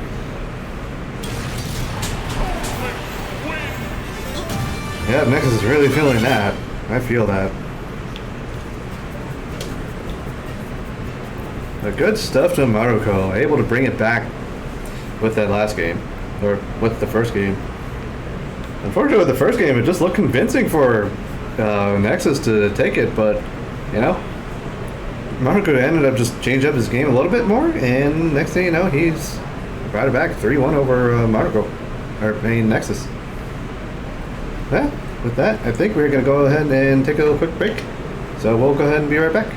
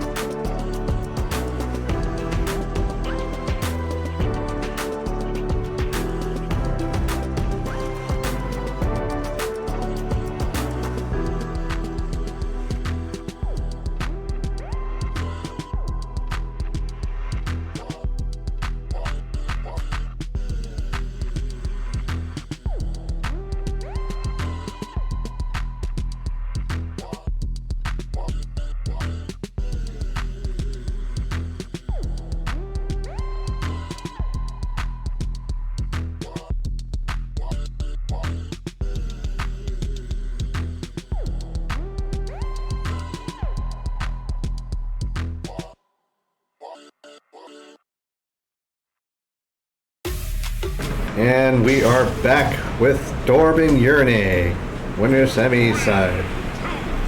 Now this is going to be a fun matchup to watch because Lucario against Min Min. You don't really see that very often, but we already saw how Dorb performs with Lucario. He can definitely take stocks very easily. I mean, that's just Lucario in general, but being able to land those hits at high percentages and keeping that aura lead is always key for Lucario. And he does a very good job at it.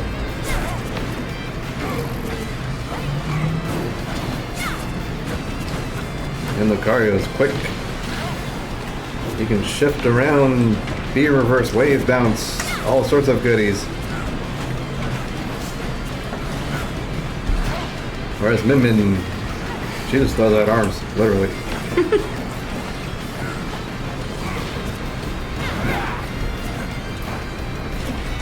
Oh.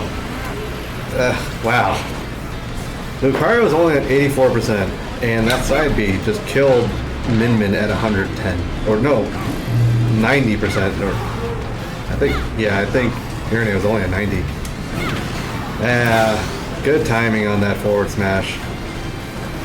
As I mentioned before, Lucario's recovery is still pretty predictable, especially if you know how to time that against quick speed.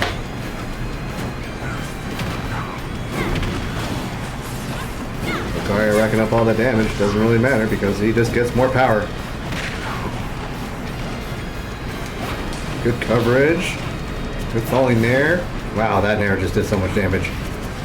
Even just a no-charge neutral B did 10% damage. That's crazy.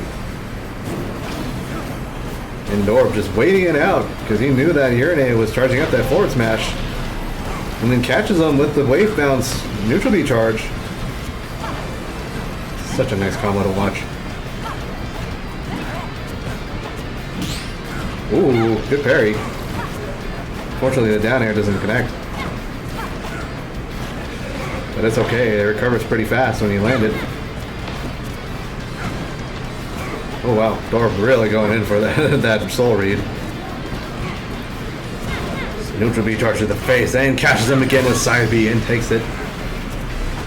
Yeah, he was only at 90%. Wow. Yeah, it's crazy. And it's not easy to get that side B too. It's kind of awkward to get with the grab compared to like a normal grab because you kind of back up a little bit and it causes your body to shift just slightly to where the opponent might be out of the way just a little bit. Whoa, wow. B reverse to up smash. Dorb taking it 1 over Urine. Dorb is so good with Lucario.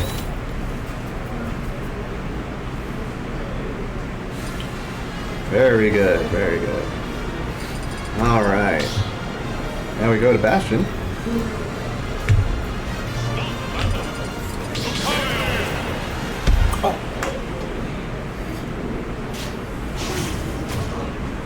It's always a treat watching Dorb. And here we go, second game.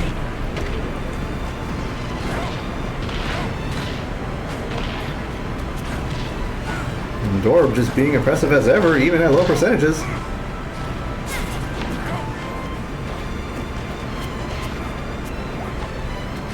Phantom footstool off of near his head. Mixing up the landing options. It is an option. That down air is so safe. At least from far away.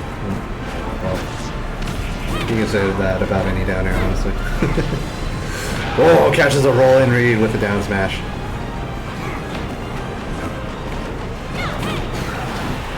Oh, nope, Lucario's still living. Unfortunately, because Lucario fully charged his neutral B, he cannot do wave bounce combos, landing wave bounce combos, because he can't. Once you press neutral B again, when it's fully charged, you'll just let the Soul Sphere. Or a Sphere rip. Soul Sphere. Playing too much Doom over here. I mean, they're both blue. One just has a face. and and it gives you over 100% health. I think of over 100% health. Lucario's already on over 100%. Because Urinate is just making it rain down with all his arms, catching him in with the roll read.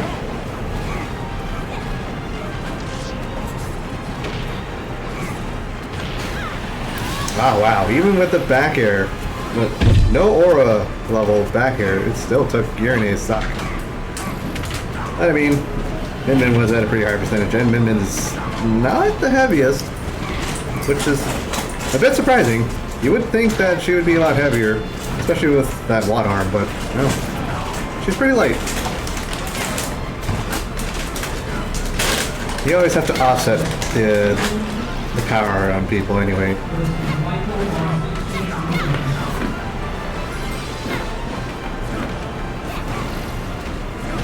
Oh, coming in with the quick attack, or what was it called again for Lucario's move?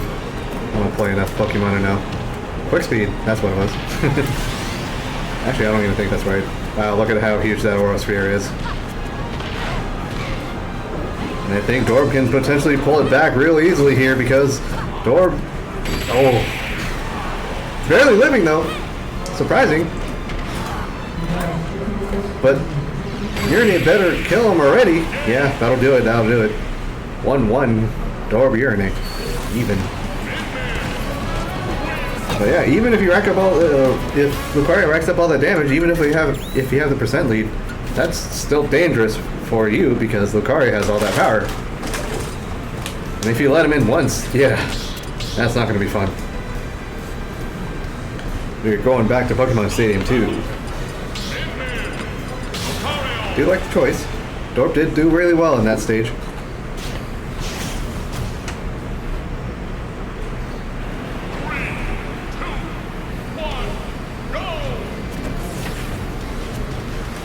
And here we go, game 3.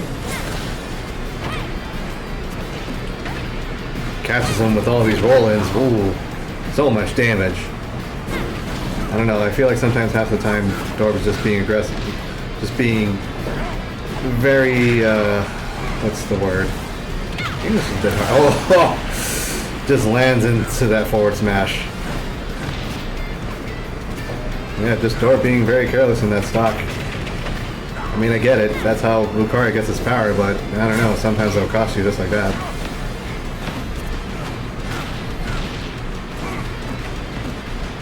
Even Urinate was just shaking his head. Just like, nah, that shouldn't have worked.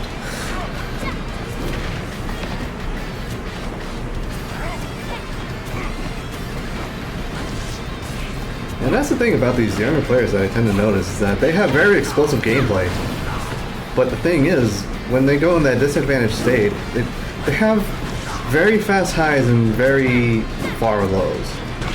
Very high peaks and very low lows. Something they're the best player in the world and then suddenly they're just getting almost 3-stock. Very reminiscent of Tweak, I would have to say.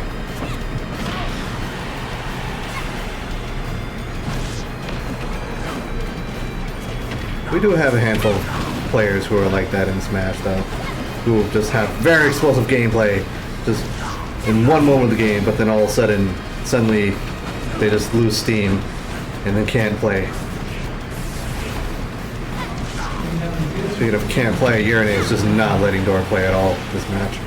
It is going very quick, and there's still 5 minutes on the clock. But Dorp at least gets a stock off, so it's not going to be a 3-0.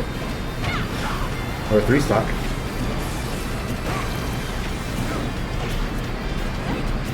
But even then, again, Lucario with 128% max aura. Oh gosh, that shield damage though.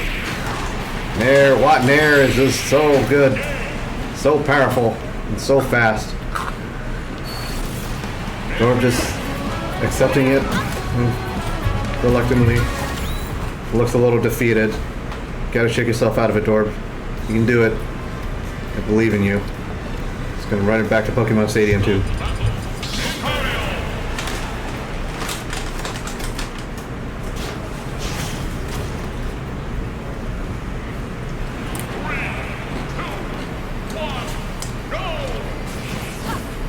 here we go, game 4.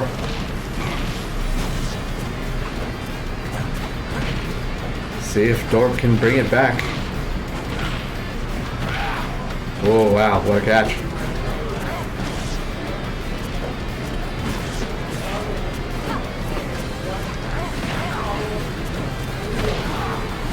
You're almost catching that in second place.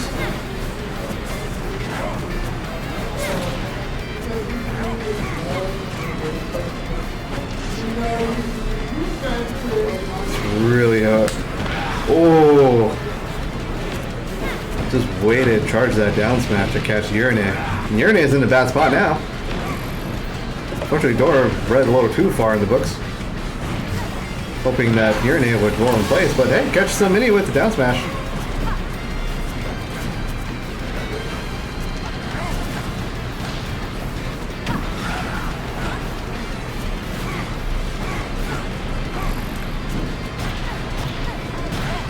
Catching up with the double fair to up air and another up air. Just 47% easily. Uh-oh. Yeah, that up B can be a little hard to control at times. Especially at high percentages. Very unfortunate, but it's okay. It's back to an even game. Lucario may not have his aura anymore, but, you know, at least he still has a percent lead. Give and take. Ugh. Those arms just reach even if you roll away. Being able to reach those rolls can be very frustrating.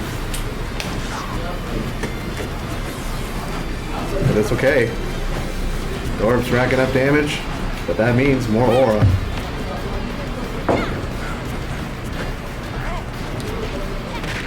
Ooh, scoops him up. Going deep for that. Yeah. Just the double forward smashes. Feels a little unfair at times, huh? You dodge one forward smash, but then hey, guess what? There's another. And especially if they charge it like that. Yeah, there's a dragon coming. With a beam.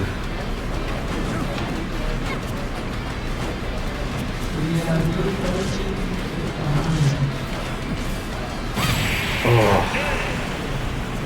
And just runs into that forward smash. Very, very unfortunate. Urine taking it 3-1 over Dorb. And Urine moves on into the next round. Dorb goes into loser's side. But yeah, very explosive gameplay from Dorb. But, you know, unfortunately, Urine caught on real fast and just turned the tides real easily. But with that, we shall go ahead and take a break. We will be right back.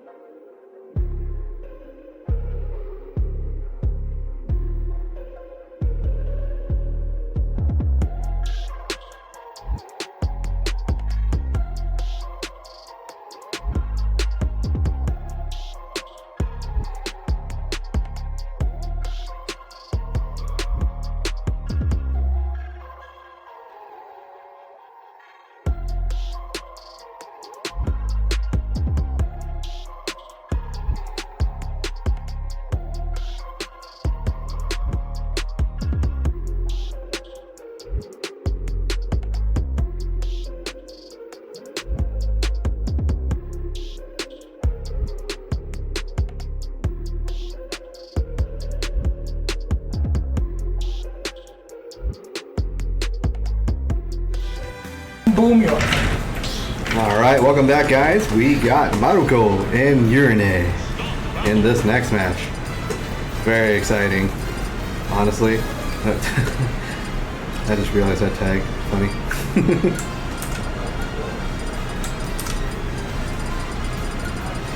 But will we see Maruko sticking with the Toon Link? Yes, we do. And we got Urine with the Bowser. Alright, exciting. And that's the thing, Bowser is very explosive of a character. Being able to rack up all that damage. Alright, got the first grab. Bowser is considered a grappler after all. Let's get all those damage with the grabs. But Toon Link has the projectiles. And if you guys haven't noticed, there is another poll. Maruko and Urine out of this best of 5. Who do you guys think will win? Sure, I see a Bowser, but at the same time, I'm like, you know, I like Toon Link a lot. I want Maruko to take this one. I would like to see Toon Link back in Grands again. We have definitely seen Maruko in Grands very often in this local. Or also known as Marvelous Marco at the time. Oh, catches him with the side B. Yeah, that percentage is death. Bowser's just scary. Straight up scary. But unfortunately, because Bowser's so heavy, that back throw is not going to kill. Oh, uh-oh. What, Marco? That was a very unfortunate SD. Commentator's curse again. Sorry. I guess the ones who I predict or who I want to win just ends up having the most unfortunate SDs. The curse lives on. It's okay, I tend to SD a lot in my sets anyway. And never during friendlies. Okay, well no, I still do SD in friendlies, but that's mainly because I'm trying to style on people, but in actual sets, I SD on accident. And yep, it even happens here in stream, so even to the best of us. But will Marco be able to bring it back?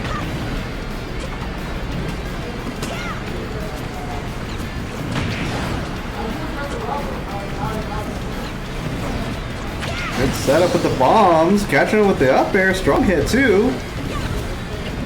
At least bringing it to last stock. Ooh, flanked with the up B. Nope, catches him. Shielding too much. Side B is good to catch you when you're not expecting it. If you're shielding a lot. Now Marco panic rolling, knowing that he can just die from the side B. But that means that's more information for Urine. Ooh, good call on the roll and read.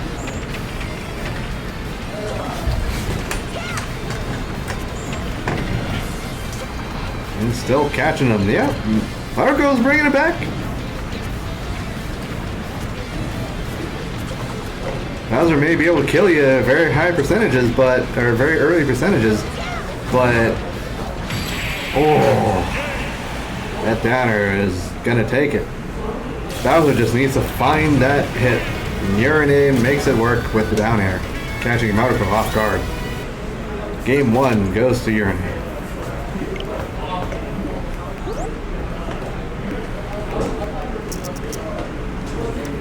Seems like we have an issue with the controllers. We are going to fix that real quick.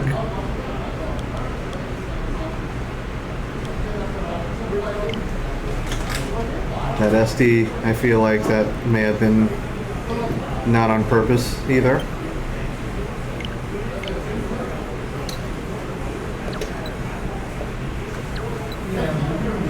We'll go ahead and take a quick break before we get this next setup going.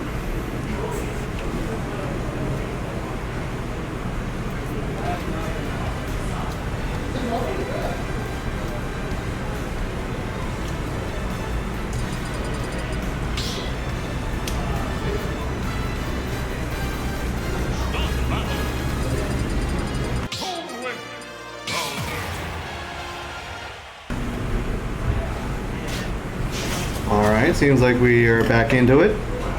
Recalibrating the control sticks and all. That's important, especially with pro controllers.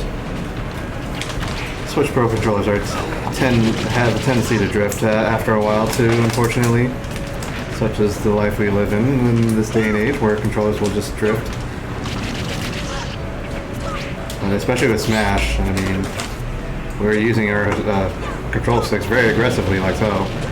Yeah, it's bound to happen.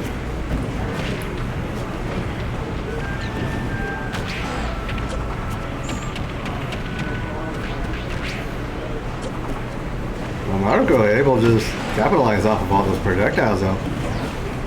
Ooh. It's going in deep for those.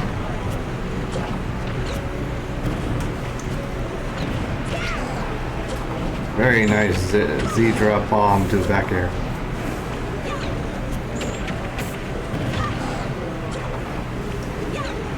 I really like how Maruko just pummels and waits until the bomb comes back down, and then does a forward throw, and then the bomb hits Bowser while in the forward throw animation to get more damage off of it.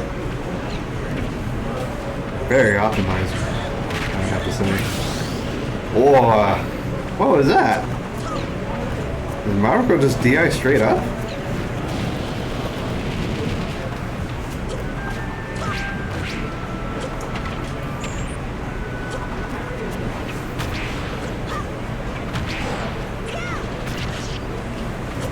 It's alright. Maruko's still having a healthy lead. Oh no, no! Urine, he had to go for the cheese. Now it's even. Someone wants to win. I mean, we take those.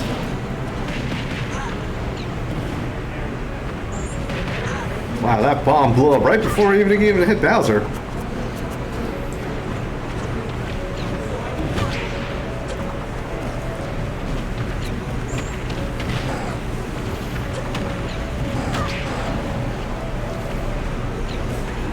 Amazing conversion off of the bombs. Making really good uses of those bombs and projectiles in general. There drop, yep, into up B, very nice.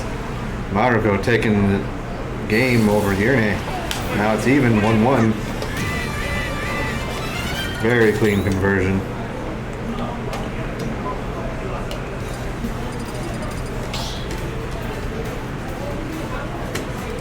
And now we're going to small battlefield. Seems like Urine is still sticking it out with Bowser.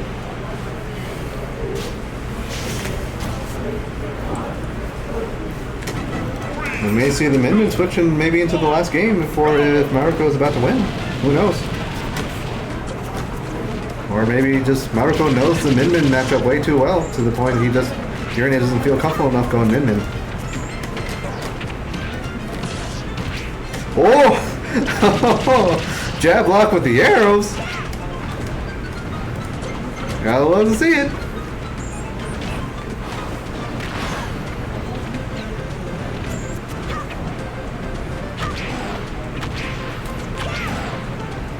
Now the rain happens, not letting Urine land at all.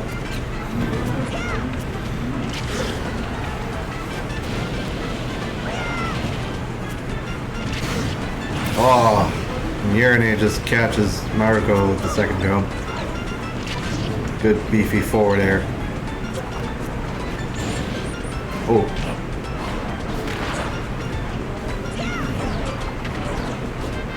Wow. Bomb to side B. That was a really good conversion. Okay.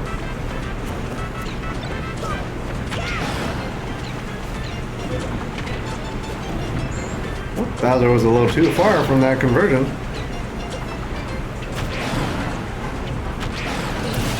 Yep. Late hit up air, and that's actually going to surprisingly take a stock. Wow. I don't know if Urine just DI'd that bad or what. Bowser's pretty heavy, but it doesn't matter. Urine is still taking that stock anyway. Maruko on his last stock.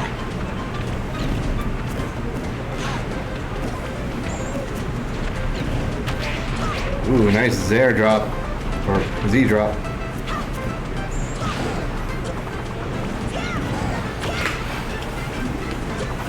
Maruko's just doing a very good job of just capitalizing off of each bomb hit. But even then, Irene is just doing an amazing job of just landing those hits and making sure they count. Because Bowser can just easily take stocks.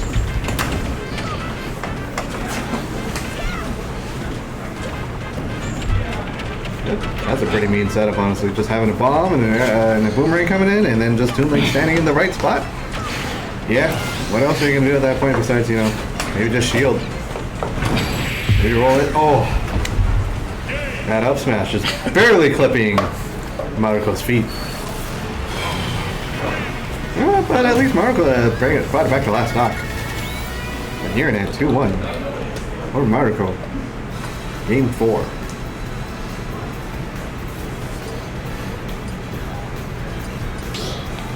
We are actually going to FD. Alright. Now this stage is very good for Toon Link, especially because Bowser doesn't have any platforms to try and avoid those projectiles. What are you going to do about those projectiles? You can only really just jump over it.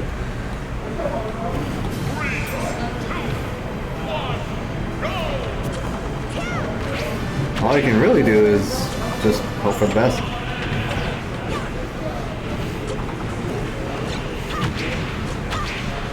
Ooh.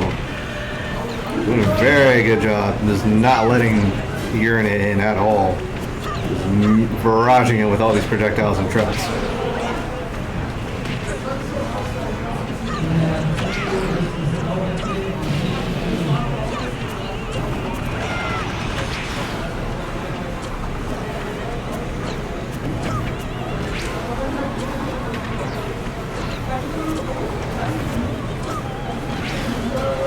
Yeah, see, nothing much the Irene can really do here besides just try and avoid these projectiles. And even just like that, he just gets caught by one projectile and Maruko can just capitalize off of it and take a stock.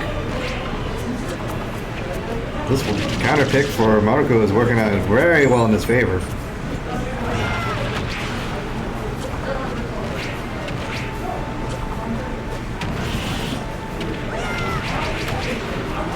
Maruko ended up not bouncing off of that. Very good awareness, just making sure he doesn't accidentally waste his air dodge and causing him to lose a stock because of that. But wow, that forward smash from Irene barely, like, almost taking that stock. But that up tilt is going to take it.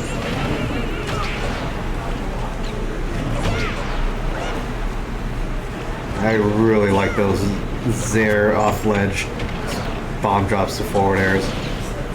Very clean.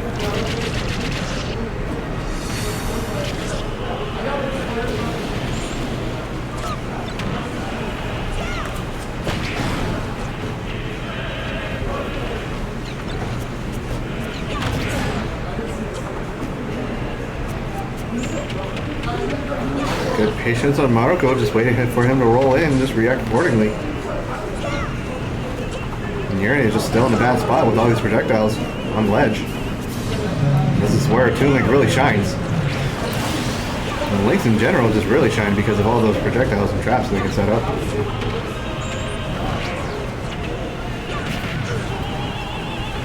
Just comboing off of all of these projectiles. Had a good Zare drop to an air follow-up, but misses the follow-up. Catches the air dodge of Urine. And Urine lands a grab, almost taking Maruko stock. Good patience in Urine, just waiting out those projectiles, especially since he knew that Maruko was just jumping away.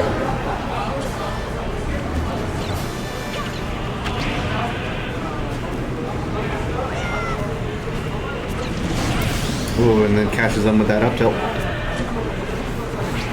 Will that be enough for Urine? Last stock. Ooh, barely whiffs that up smash.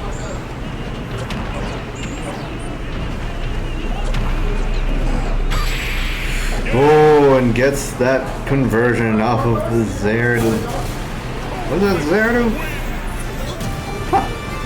That is such a clean combo. Even I'm just kind of flabbergasted by that. I'm like, wow, that's a really clean combo. But now it's even 2-2 Maruko Urine. And we just go to game 5. And we're going to Smashville. Great stage for Bowser because he can just kill really easily, really early because the stage is so much smaller. But even it works for Toon Link as well because you can definitely get those up Bs off stage and forward airs and projectiles and stuff like that. And we've seen Maruko's combo game. At least that one he's kept it simple. Up tilt, up smash. That's a true combo at low percentages. And then Urine just wants to bring it back immediately. Cheesing him. Just reset the sock. Reset the percentages. Doesn't want any of it.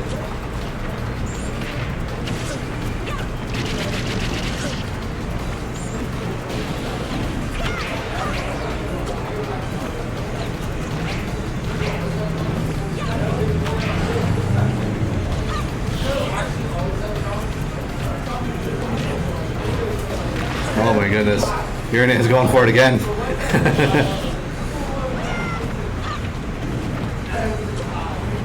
He just wants to have even stocks. And he even goes for the taunt. Wow, Urine is just really feeling it. Really wants to get into Maruko's head.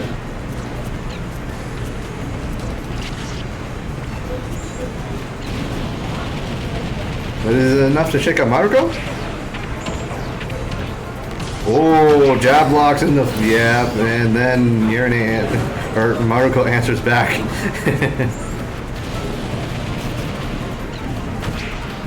Did Urine press the taunt to die button?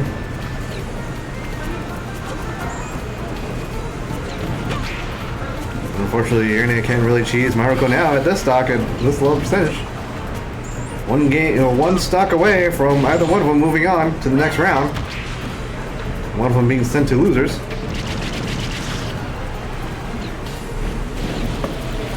Almost looking like as if Urine is about to take that. And he does. Catches him with the forward tilt. Good games all around. Urine taking it over Maruko.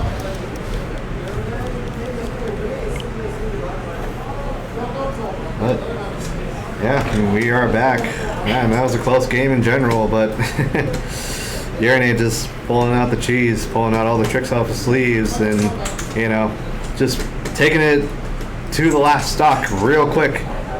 He was really feeling it and just wanted to play the mind games with Maruko and just get into his head a little bit. I mean, it seemed like it kind of worked, but I mean, it seemed like it didn't phase Maruko all too much. But even then, Urine was still able to take the final stock. So, but yeah, up next, it seems like we have Nexus and Tyrinx on stream. Well, seems like we'll go ahead and take a quick break as we will set up for a little bit. See you later.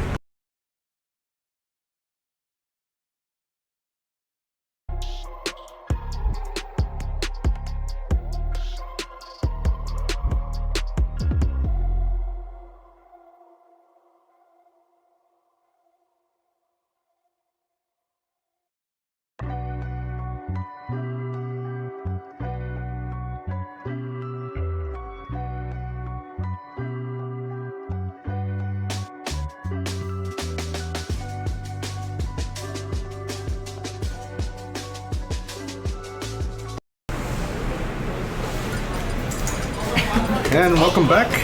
We got Tyrinx and Nexus on stream. Classic matchup, honestly. Winners final side. Lucina versus the Falco. We all know Nexus's Falco is very solid. And then Tyrinx's Lucina is really solid as well.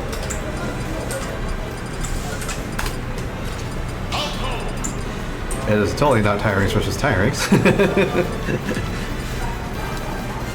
Would be pretty interesting if Tyrinx could face himself.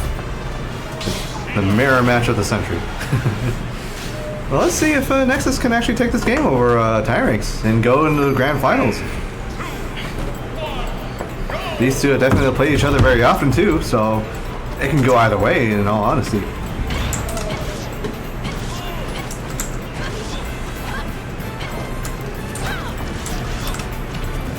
Yep. Pretty much solid damage across the board for the start for Tyranx. And now Nexus has found those up tilts and got 31% in off of those two up tilts.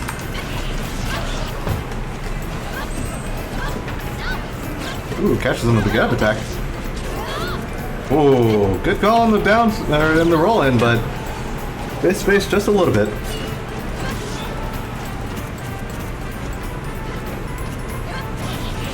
Ooh, catches him with the forward air.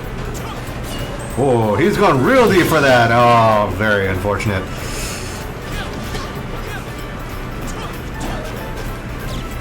Oh, we all knew he wanted that upbeat. But it's okay. He brought it back. Up tilt to back air. Guaranteed kill setup. We're even. We're good. Nexus is fine. And here we go. Getting the up tilt combos. Solid 61 or 60. Yeah, 61% damage. Ooh, drag down fair to grab to up throw. Tyranx sitting at 103%. Ooh, oh! Waiting patiently, did not let the last hit of the dancing blade rip, and Nexus ends up whiffing it.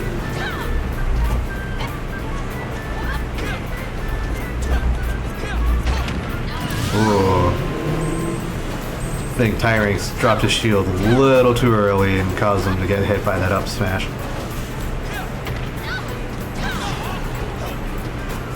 Good anti-air from Tyranx. Knew that Nexus was coming in aggressively with that down air. Good whiff punish. That was a very good ooh. Nexus just ended up getting upbeat from the middle of the stage. I don't know if that was just bad DI or what. We just didn't expect it.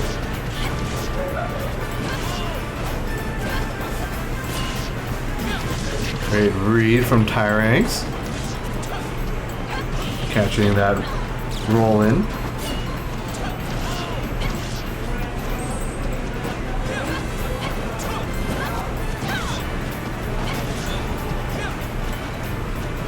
And Tyranx is already racking up all that damage.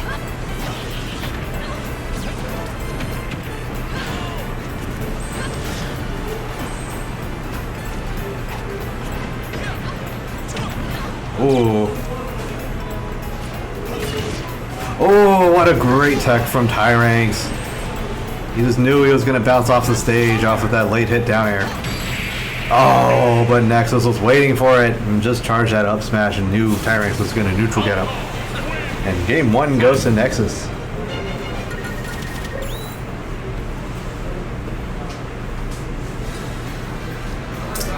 Oh, shoot.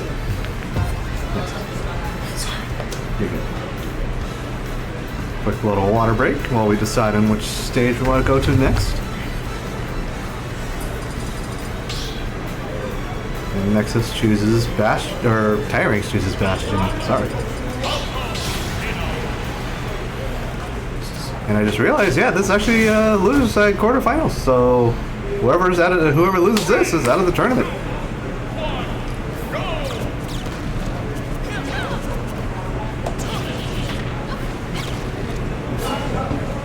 Will Tyranx eliminate Nexus again from the tournament, or will Nexus prevail and take it over Tyranx?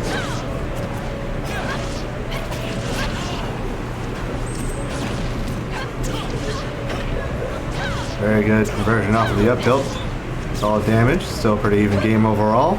Clank with the down tilts. A little bit of a scuffle. Ooh, Tyranx just barely missing that rolling read. Very good tomahawk grab from the Nexus.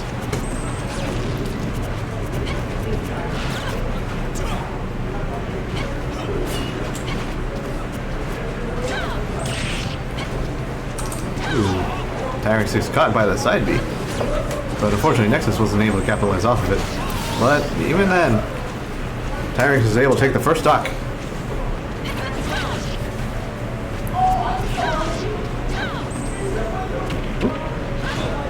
Good call on the breed, or the neutral get a breed with the grab. Ooh, unfortunately misses that up tilt, ends up turning it the wrong way and causes Nexus to get that back here. Nexus really want to get that up smash. Getting a little greedy with it, but you know, he still kind of got away with it. Fortunately now he's still racking up a lot of damage. Oh, and Tyrings knew he was going to come to the stage with that side B and parries it, almost taking Nexus. But even then, everyone's playing off stage right now, and yeah, unfortunately, Nexus prevails. So now it's even game.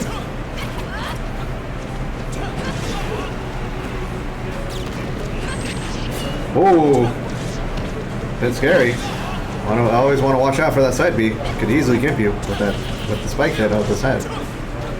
Aerial, Falco Phantasm. But he still catches him with that up there. That's a pretty healthy stock too.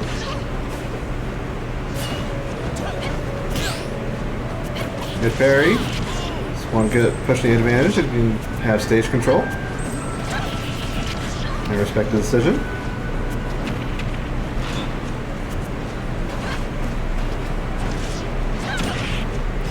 Good anti-air. Ooh, very, very clean up tilt. Catch or roll.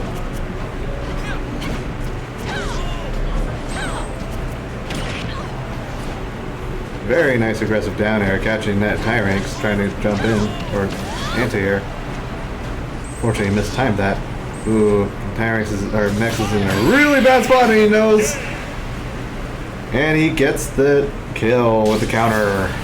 Game 2 goes to Tyrings, 1-1. And unfortunately, Tyrings just knows how to deal with Nexus's Falco off stage. He just knows when to counter, when to attack. Knows the timing of just walling out Falco's side B and recovery options. And yeah, I mean, Falco's recovery options is still pretty predictable and linear. But here we are in Pokemon Stadium 2, Game 3. And Nexus is getting the first set of damage in. Solid 51% now for one combo. Tyrings swinging in aggressively, trying to get out of disadvantage. Ooh, good grab.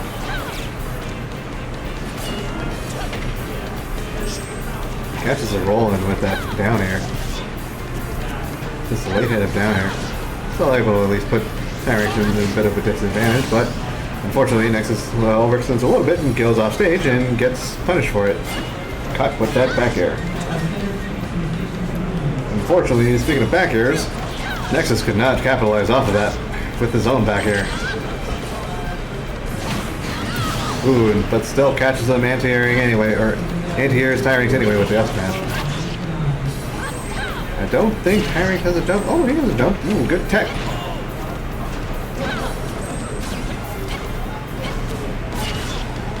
Ooh, good whiff punish with the up B, spot dodge.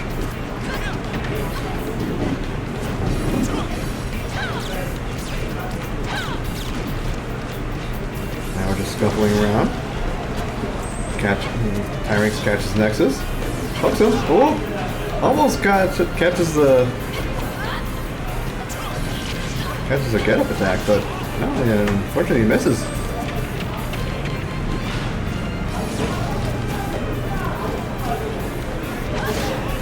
Ooh, yeah. Tyrings just knew he was going to get up attack, so he just forward tilted.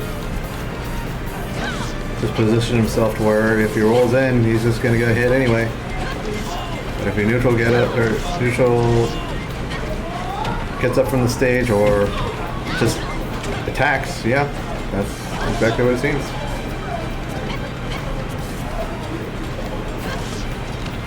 Tyrings is always good at pushing the advantage state and edge guarding. Match is not looking very good for Nexus. It's being read left and right by Tyrants. As Tyrants is just covering all of his options and catches them with late hit in second air. Tyrants taking game 3, 2-1 over Nexus. And go on to game 4. You got this, Nexus. Just running it back to Pokemon Stadium 2.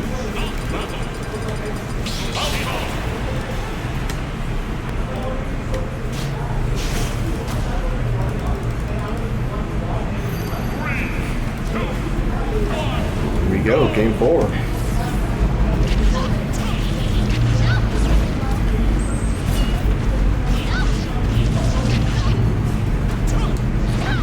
Ooh, he was getting really aggressive with that. Just really wanted to end that stock early. Really wanted to get that, get the lead. Almost got punished. Almost paid for it too, because Tyrants almost came back with it and killed him for it. But now we're back to even. Ooh.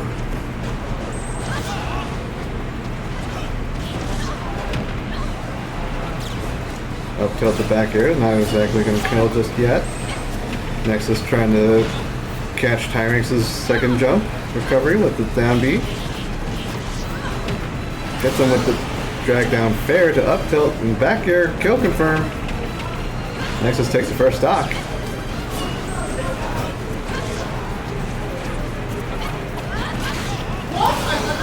Oh, just runs into the last hit of the side B.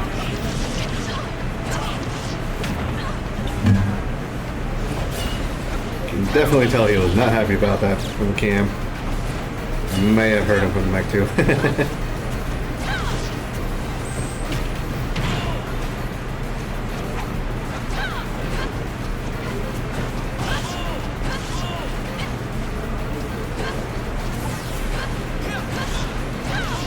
Don't get too careless, Nexus. Tyrants is starting to rack up all that damage. Don't want to lose all that lead you worked for. That was funny. Both players missed their down tilts, completely facing the other way.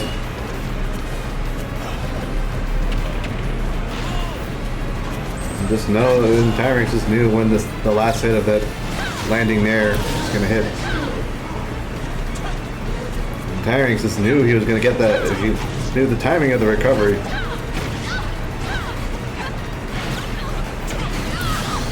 There we go. Nexus getting the up there. Up throw it up here.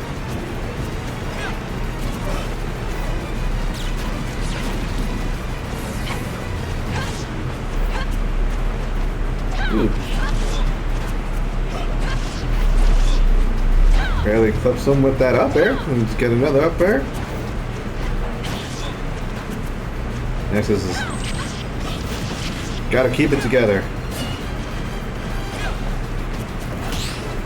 Good parry on the second hit in air. I don't know about that side B though. Fortunately, doesn't get punished too heavily for that. Ooh, and gets caught up. Get up attacking. Ooh, unfortunately mistimes that fair. Or mistimes the fair and the parry. And unfortunately dies for it. Well, Tyrants moves on. 3-1 over Nexus, and Nexus is out of the tournament. Good run overall from Nexus though, but unfortunately we'll just have to move on to the next.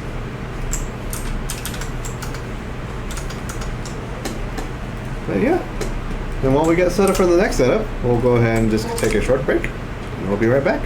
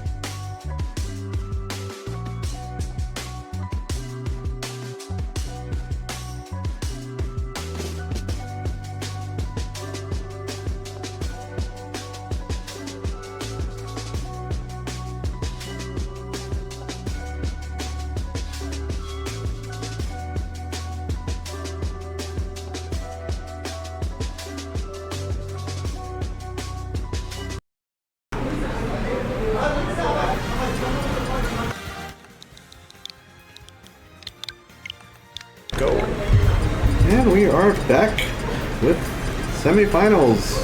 Hirings versus 5MI. 5MI is making it this far. Wow. Happy to see. 5MI is definitely a personal favorite of mine.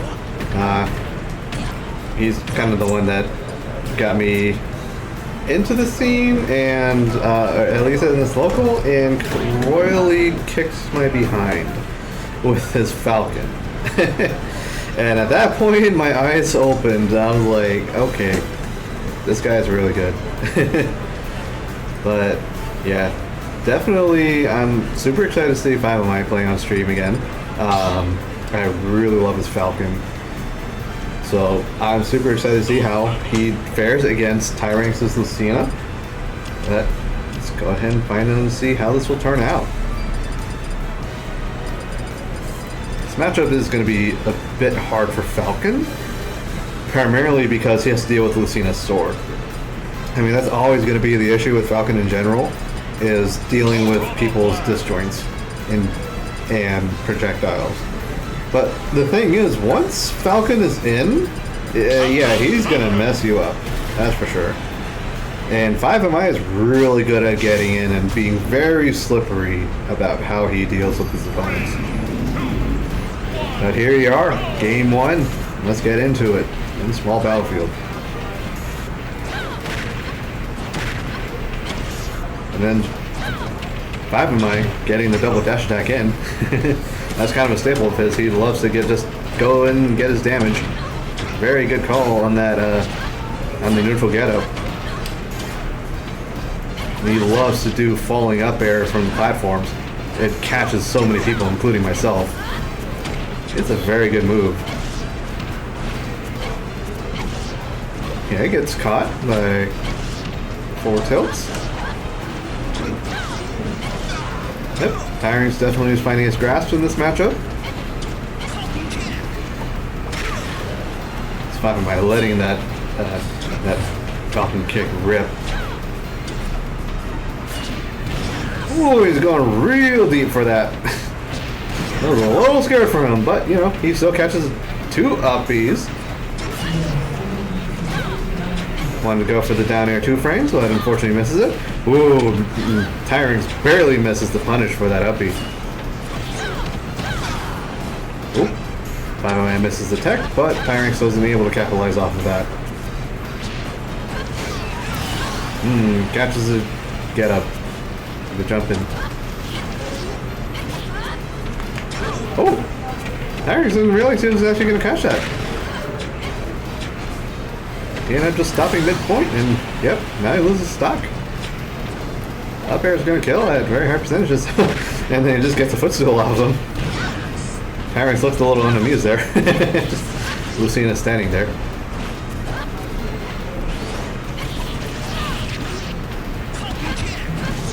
Ooh, aggressive down B. Usually only see that online.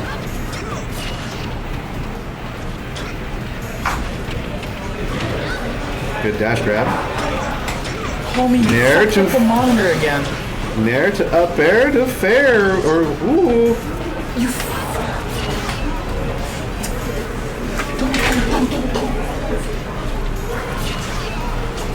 Gotta love that combo. Ooh, catches him trying to go in with the side B.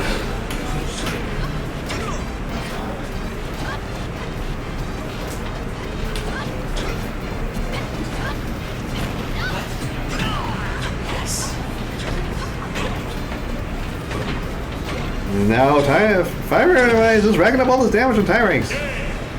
Oh, and then just takes his jump.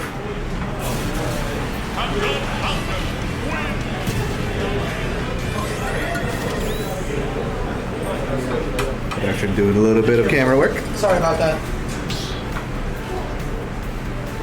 But 5MI taking game 1 over Tyranx. Super exciting to see. I love it. You love to see it.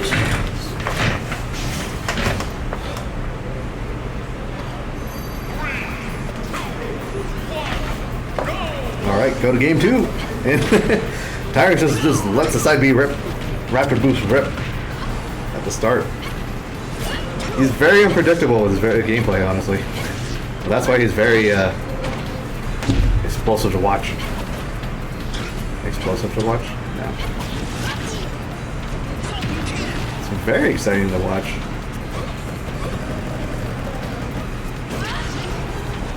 I mean, what else are you going to do about that? Just keep punching the shield as much as you can.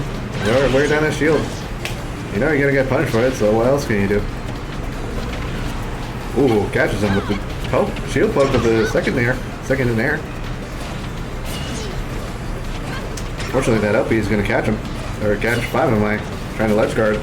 But wow, that down tilt sending Tyranks at a really bad angle. Ooh, Tyranks going real deep, or 5 of my is going real deep for that, but and ends up taking over Tyranks.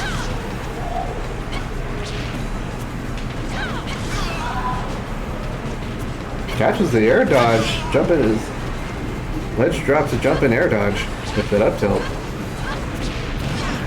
Oh wow. Oh wow, second up B. Oh wow. 5 of my is really feeling it. Oh, he is really feeling it. Catches that forward smash. Ooh, being a little too aggressive. Nice tech. Oh, and Tyranks doesn't get the punish, but it's okay, he got the second up tilt. That's the thing about 5 of mine. He's very, very slippery. Sometimes he'll just do the most unpredictable things and you just get caught by it. And you think he's gonna do it again, but no, he just switches it up like right then and there.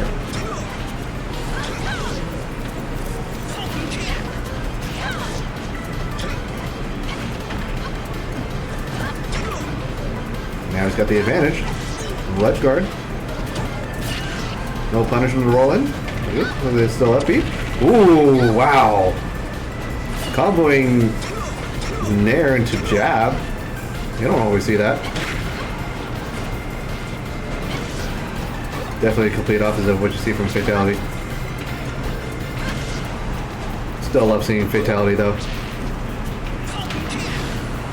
And that's the thing about Falcons in general, Falcon mains. All Falcons kind of have a different way they play. Not every one Falcon is. Oh, and then he gets the footstool. We're going way too deep. It is what it is. But going back to what I was saying, every Falcon, like Fatality, Sean, and then even 5 of my, everyone plays their Falcon very differently. Whereas compared to Lucina, you just see Lucina kind of doing the same things over and over again. Fair, forward tilt, anti-blade, up he had a shield. Whoa! And then Tyranks with the side, with the back air. Tyranks is definitely not happy about that.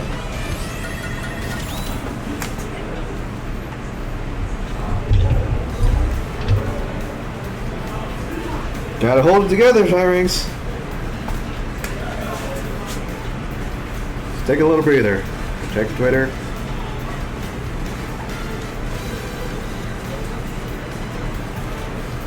Just have a little bit of a cooldown before you start your next match. And we're going to Final Destination for Game 3.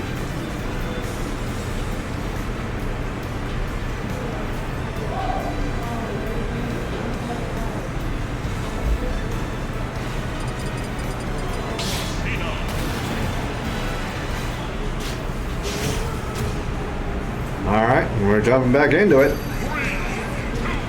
Game 3, can Tyranks utilize his counter pick?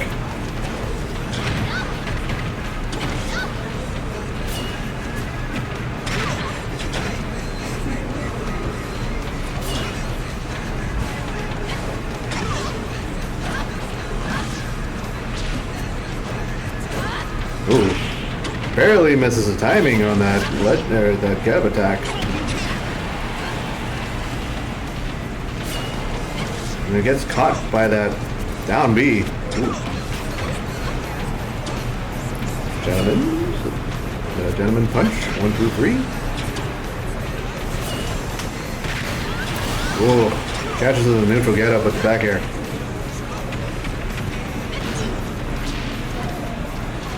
Ooh, I might be recovering high with that, but Tyranks was ready for it.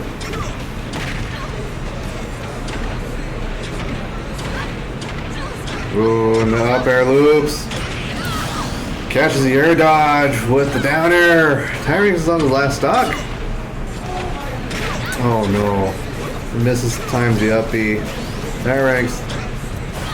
Gotta hold it together. They're falling apart.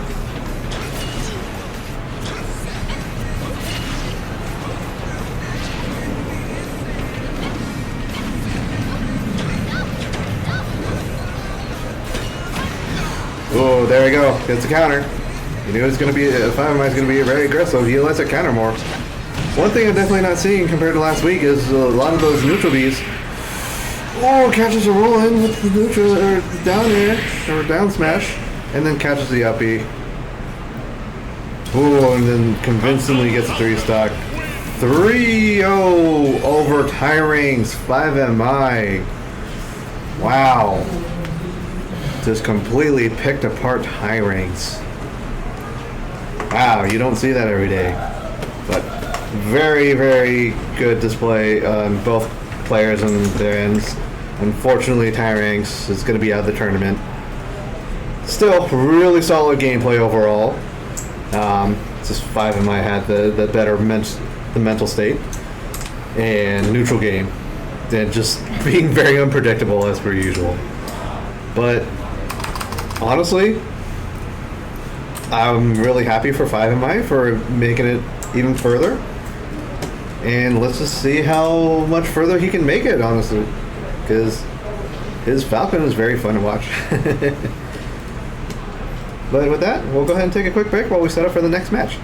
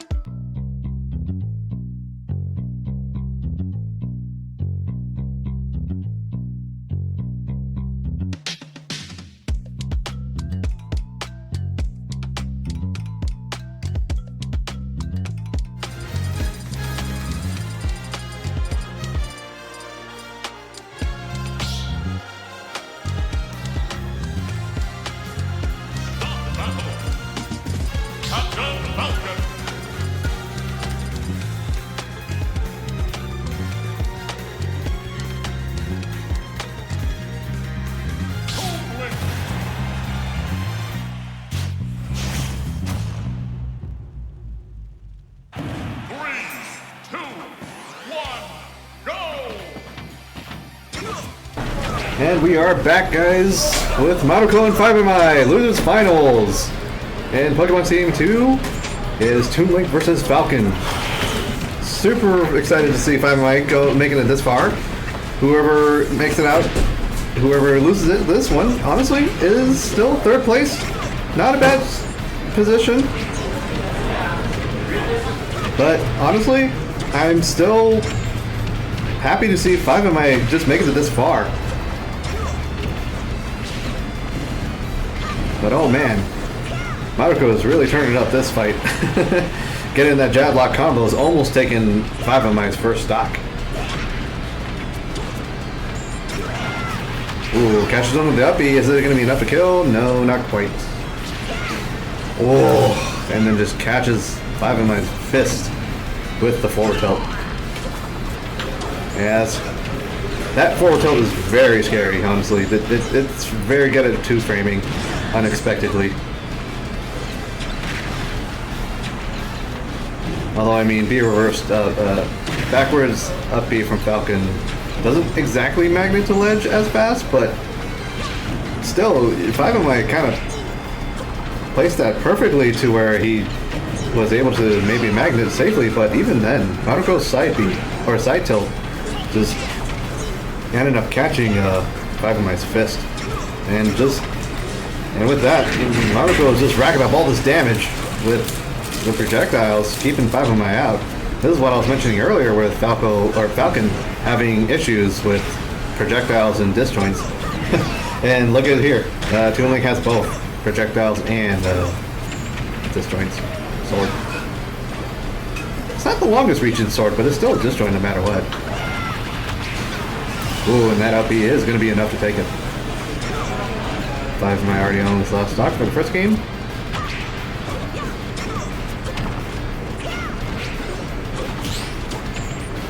Good parry in the projectiles, but Maruko is just ready for everything.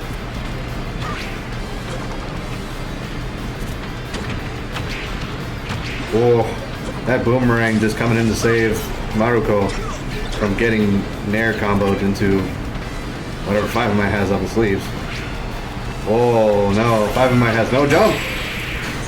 And like that, Maruko takes a convincing game 1 over 5 of my. 2 stop.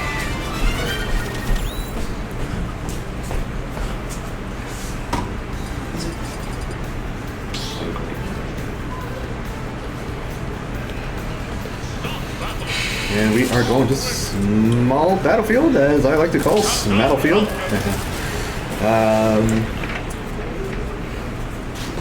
So, it's a good stage for Falcon, especially because he has platforms to extend his up air combos. But even then, Maruko has platforms to play with to set up projectiles and whatnot, especially if he plants bombs on the platforms. I don't see Maruko do that very often, but that is an option to wall out options for 5MI. Ooh, I'm just catching Maruko with all of those, or Maruko's just catching 5MI with all those projectiles. Good read on the jump in there with the up B out of shield. Good there, dropping the fair, catching the jump in. 5MI still barely making it back. Oh, and the bomb just messes up 5MI. I'm pretty sure he wanted to do an up B out of that, but yeah, that bomb's just going to save him. And Maruko just convincingly takes the first stock.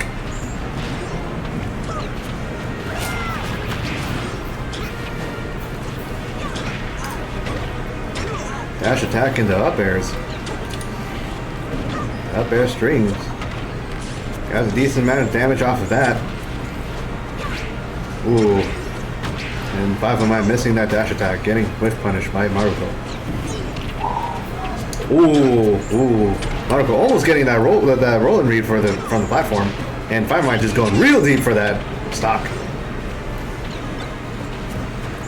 Air dodge to catch a bomb, nice.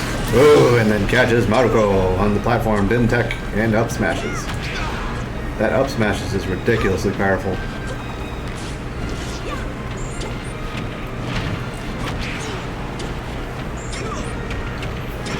Nice grab on the whiff punish on that there, or that Maruko's grab. Ooh, wow. Makes it. This neutral gets up very safely and gets that down air.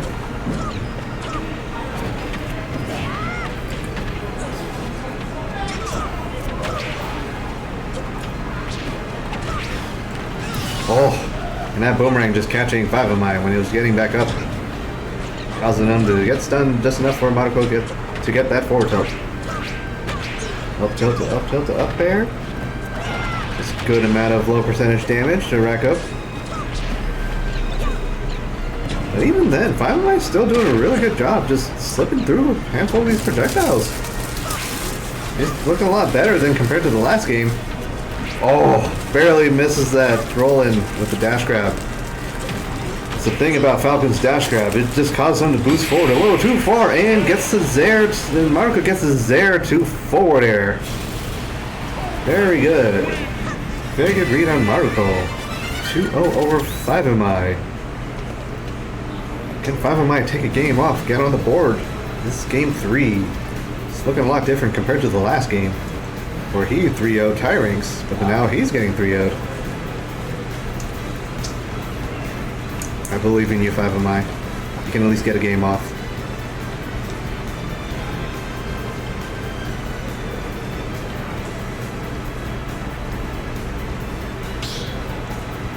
Looks like we're running it back to small battlefield. Battlefield. Is he bringing out the DK? Oh, he's bringing out the DK. All right. If you think his DK is DK? His DK is very different. A lot of times people say DK is kind of his troll character, and a really good troll character. But fortunately, DK is just combo fodder, especially in this matchup. I mean, we've seen it with the Urine and Maruko earlier, with Maruko just utilizing all his projectiles against Bowser. But yeah, just again, super heavies against Toon Link, or just the Links in general. He's just kind of easy combo fodder and just gets caught by all these projectiles. Ooh, I like the idea of Five of My trying to get the bomb after blocking it with an air, but then he just barely misses it. The bomb doesn't bounce high enough for him to grab it. Ooh, I like the idea. I like the idea.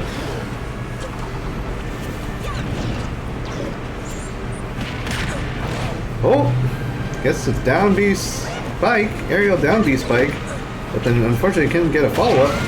Oh, the grab just somehow whiffs. I don't know, this DK is not looking as hot as the Falcon. But again, that's just kind of how this matchup goes for DK in general. He's just a big target for all these projectiles. Easy target. Easy combo. Super heavies are always easy combo fodder.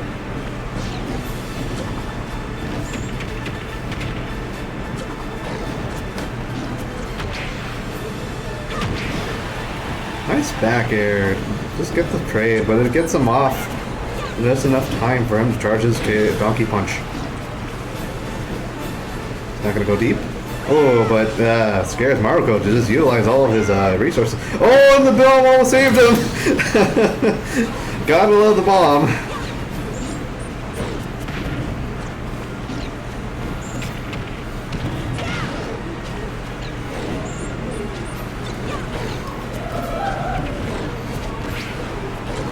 Things are not looking good. Oh, and then the confirm. Well, good games. 2-5 of mine. Taking third in this local, making up to losers finals. And Maruko moves on to grand finals. 3-0 over 5 of mine. But great job with 5 of mine making it this far in this local. This is probably the furthest I've ever seen him gone. Proud of him.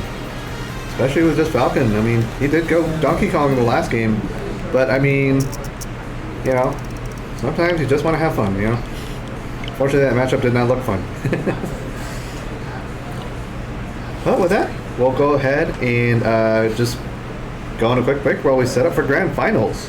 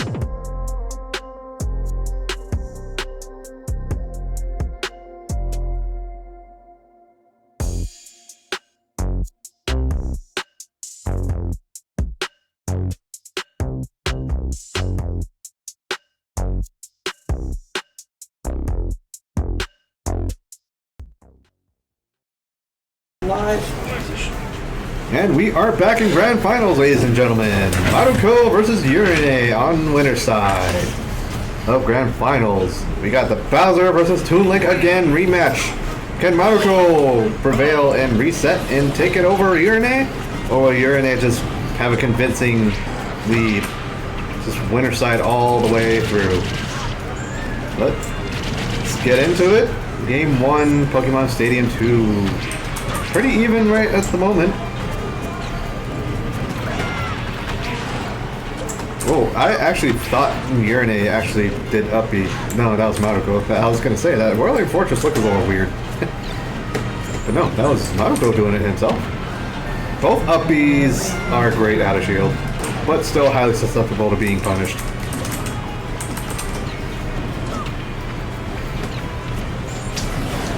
Oh, Maruko ended up taking the feet to the face from Urine's back there. Oh, yep, there we go. Drop, just throw the bomb down. Don't just Z-drop it. Throw the bomb down into Falling Fair. Love to see that confirm.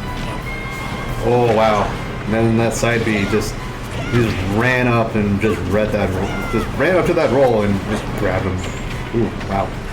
You're just looking for blood right now, just wanting to take that stock.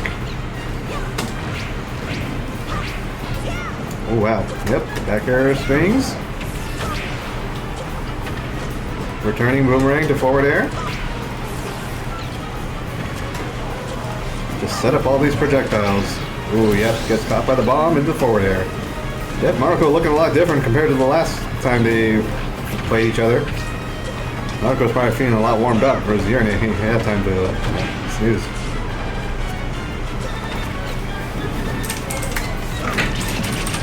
Oh, yep, catches the back air with the up B out of shield. They trade with that. That was a weird looking trade.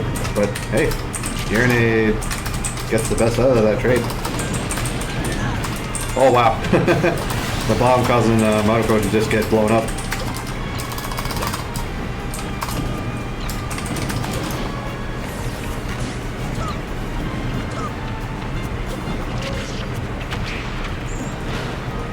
Very nice. Catch on the returning boomerang. Getting that grab in to have stage control. Alright. Ooh. Just dropping all those bombs down there. Nothing much Bowser can do, really. But Maruko lets Urine back on. Those side Bs are always so scary. But the thing is, Maruko, they're both even in stock. Well, not anymore. Maruko takes game 1, gain that bomb to fair conversion.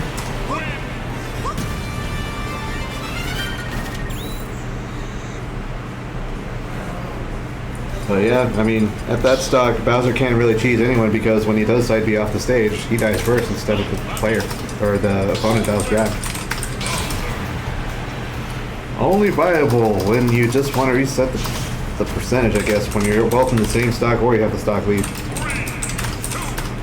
We're going to game 2 on Battlefield. Urine gets the first grab. Dude, oh wow.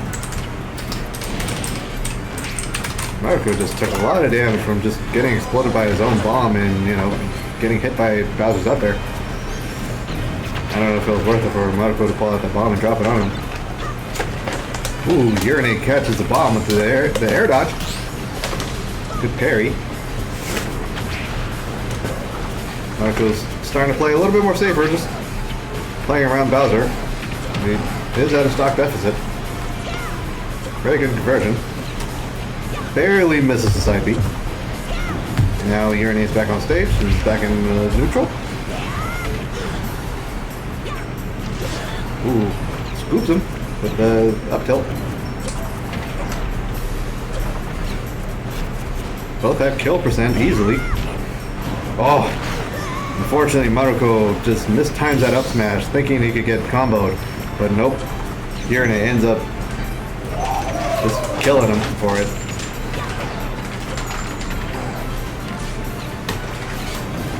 There, drop bombs on ledge. Yep. Oh, still catches them anyway with the forward tilt. or forward air. Double hit nair into up tilts into up air, except he overexerted with the second up air. Now he's taking 44% damage for that. And that's one thing about Bowser. He wants to get that fire as low as he can, especially if Maruko is holding that bomb. Because if Toon Link is holding a bomb and Bowser blows fire at it, it causes the bomb to just blow up in Toon Link's hands.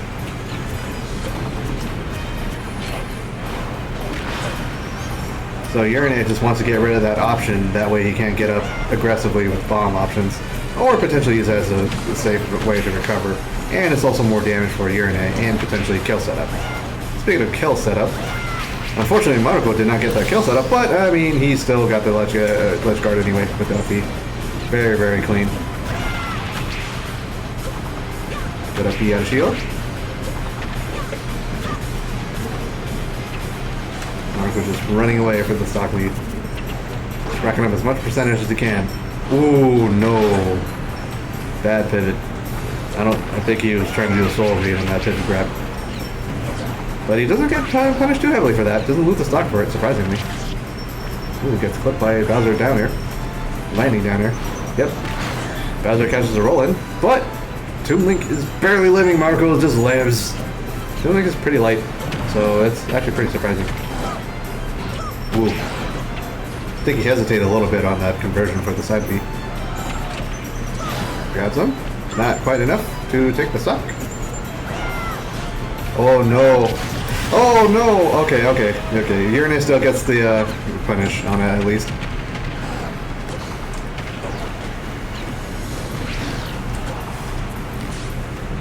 Z drop bombs? Oh.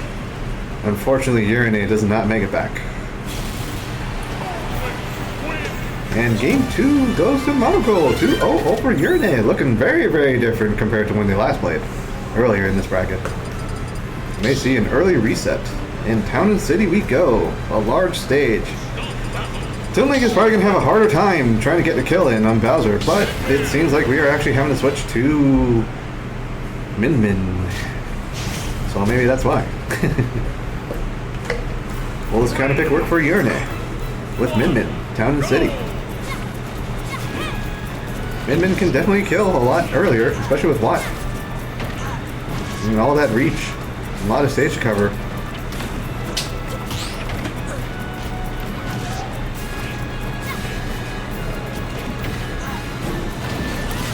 Oh, and then gets sniped by that forward smash. Yep, Urine's just looking to win in this one. There are just some characters where you just you just want to win. Min definitely is one of them for Urine. Bowser has the cheese. Min has the kill power and the ability to win, and also, I guess you can consider that as cheese. He shouldn't really be able to reach out that far while standing on the stage. Who am I kidding? Ultimate has a crazy roster with so many crazy matchups.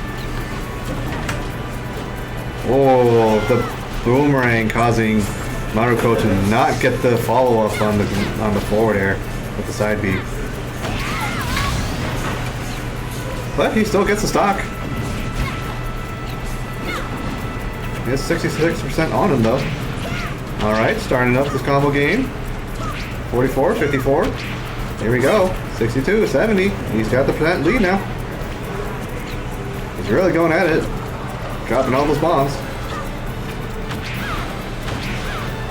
Ooh, just catching Urine. Something changed in Maruko. Up-being Urine. And getting the kill. Like I mentioned earlier, Min, I thought Min was a lot heavier, but no, she's actually pretty light.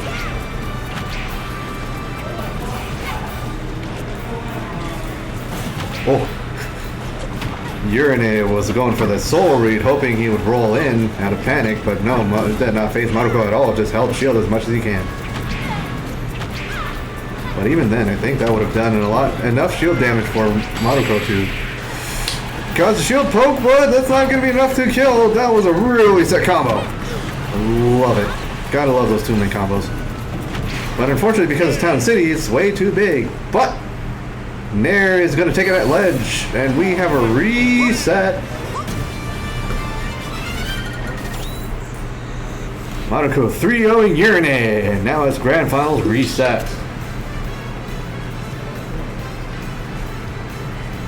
That's what you love to see. Monaco is coming back with a burning vengeance for getting cheesed on.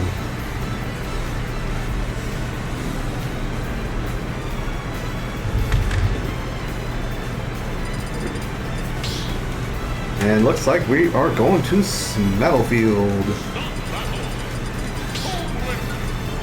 Irene looking like he's going back to Bowser. Okay, I was going to say Chrom. I don't know if you want to go Chrom against Toon Link, especially with all those projectiles, but I mean, who knows? But yeah, we're going back to Bowser. I think he wants to cheese. He wants to win.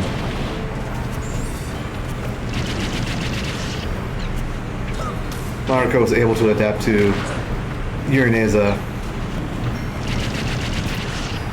Min just easily. And speaking of cheese, yeah, Urine just wanted to cheese Monaco of that stock, but because Urine or Monaco had the more percent, he was able to control. Oh, actually, no. Whoever controls the side B is. I keep forgetting the details in that. I think it's whoever has the lowest percent or the highest percent. I just got those two mixed up.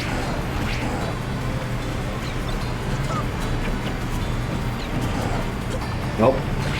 Urine ended up blowing himself up and had the bomb on it in his hands. Catching him on the platform. Ooh, speaking of catching, Monaco catching Urine with the forward air.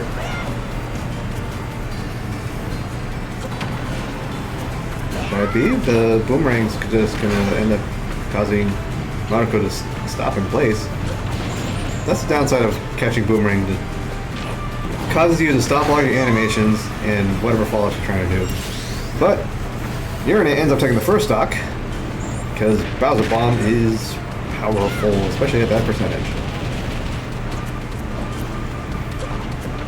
And that neutral B seems a little cheesy, just getting 44% off of just blowing fire. Oop, there we go. Side B to up B. Taking that stock. Only 44% on Monaco. Not too bad of a percent deficit. For patience. Monaco ended up respecting Urine's shield. Decided not to poke. Ooh. Yep, that neutral B is gonna take it. It caused it. And Urine feeling it again. Causing the taunt. Trying to get him to Monaco's head. And ends up dying. And Monaco just ends up responding back anyway. Yeah, I don't think Monaco wanted to turn around that jab. But it's okay. Urine ended up not capitalizing off of that.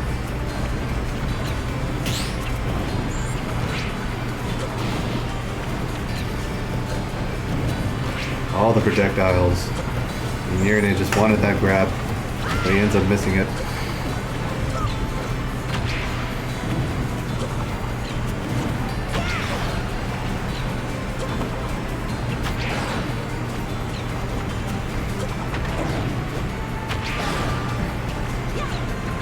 Not quite taking it just yet with that up air. Bowser is a pretty heavy character. And Monaco doesn't have any rage online. Oh no. Urine just SDs trying to take the stock from Monaco. And game 1 reset goes to Monaco.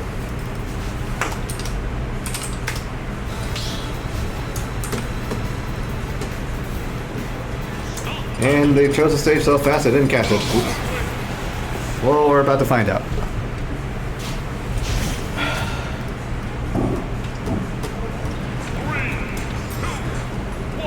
Alright, we're just running it back.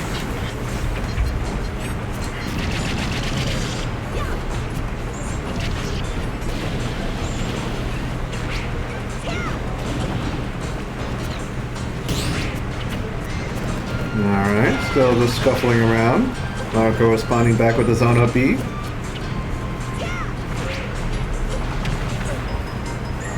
Down air getting Maruko. Oh, wow, wow. Maruko getting the early kill on Bowser. That's pretty early for Bowser because he's pretty heavy, but hey, good stuff from Maruko. Good parry to up B punish on the landing nair.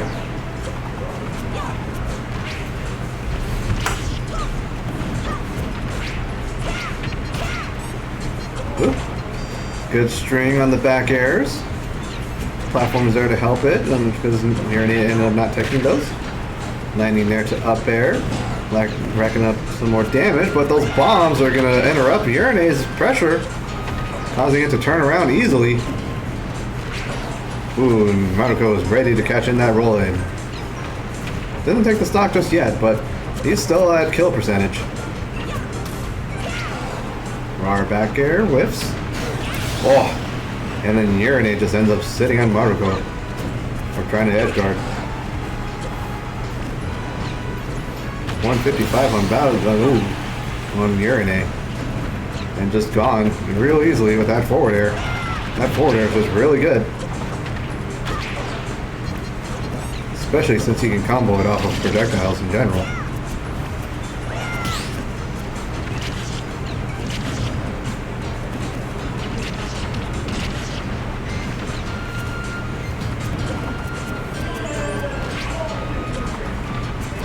Just waiting out all these projectiles, but Maruko's just ready to go in and know when Urinate is about to drop a shield. Maruko's just reading Urinate like a book right now.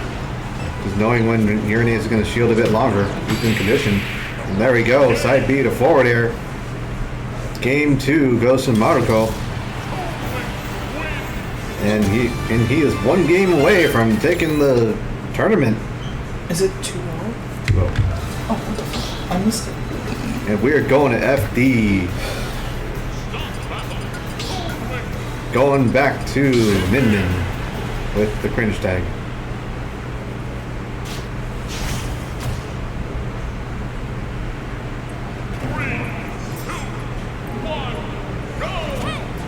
And here we are, potentially the final game. Is Min Min the answer on FD? Or is Maruko just destined to win this tournament this week? Good up tilt. And it just seems like Maruko is still able to just lay down all the pressure with all these projectiles and catch Urinate. Not entirely sure what Urinate is doing, just naring around randomly up there. It's causing him to get punished. Oh, and then Maruko just knows when Urinate is going to roll in.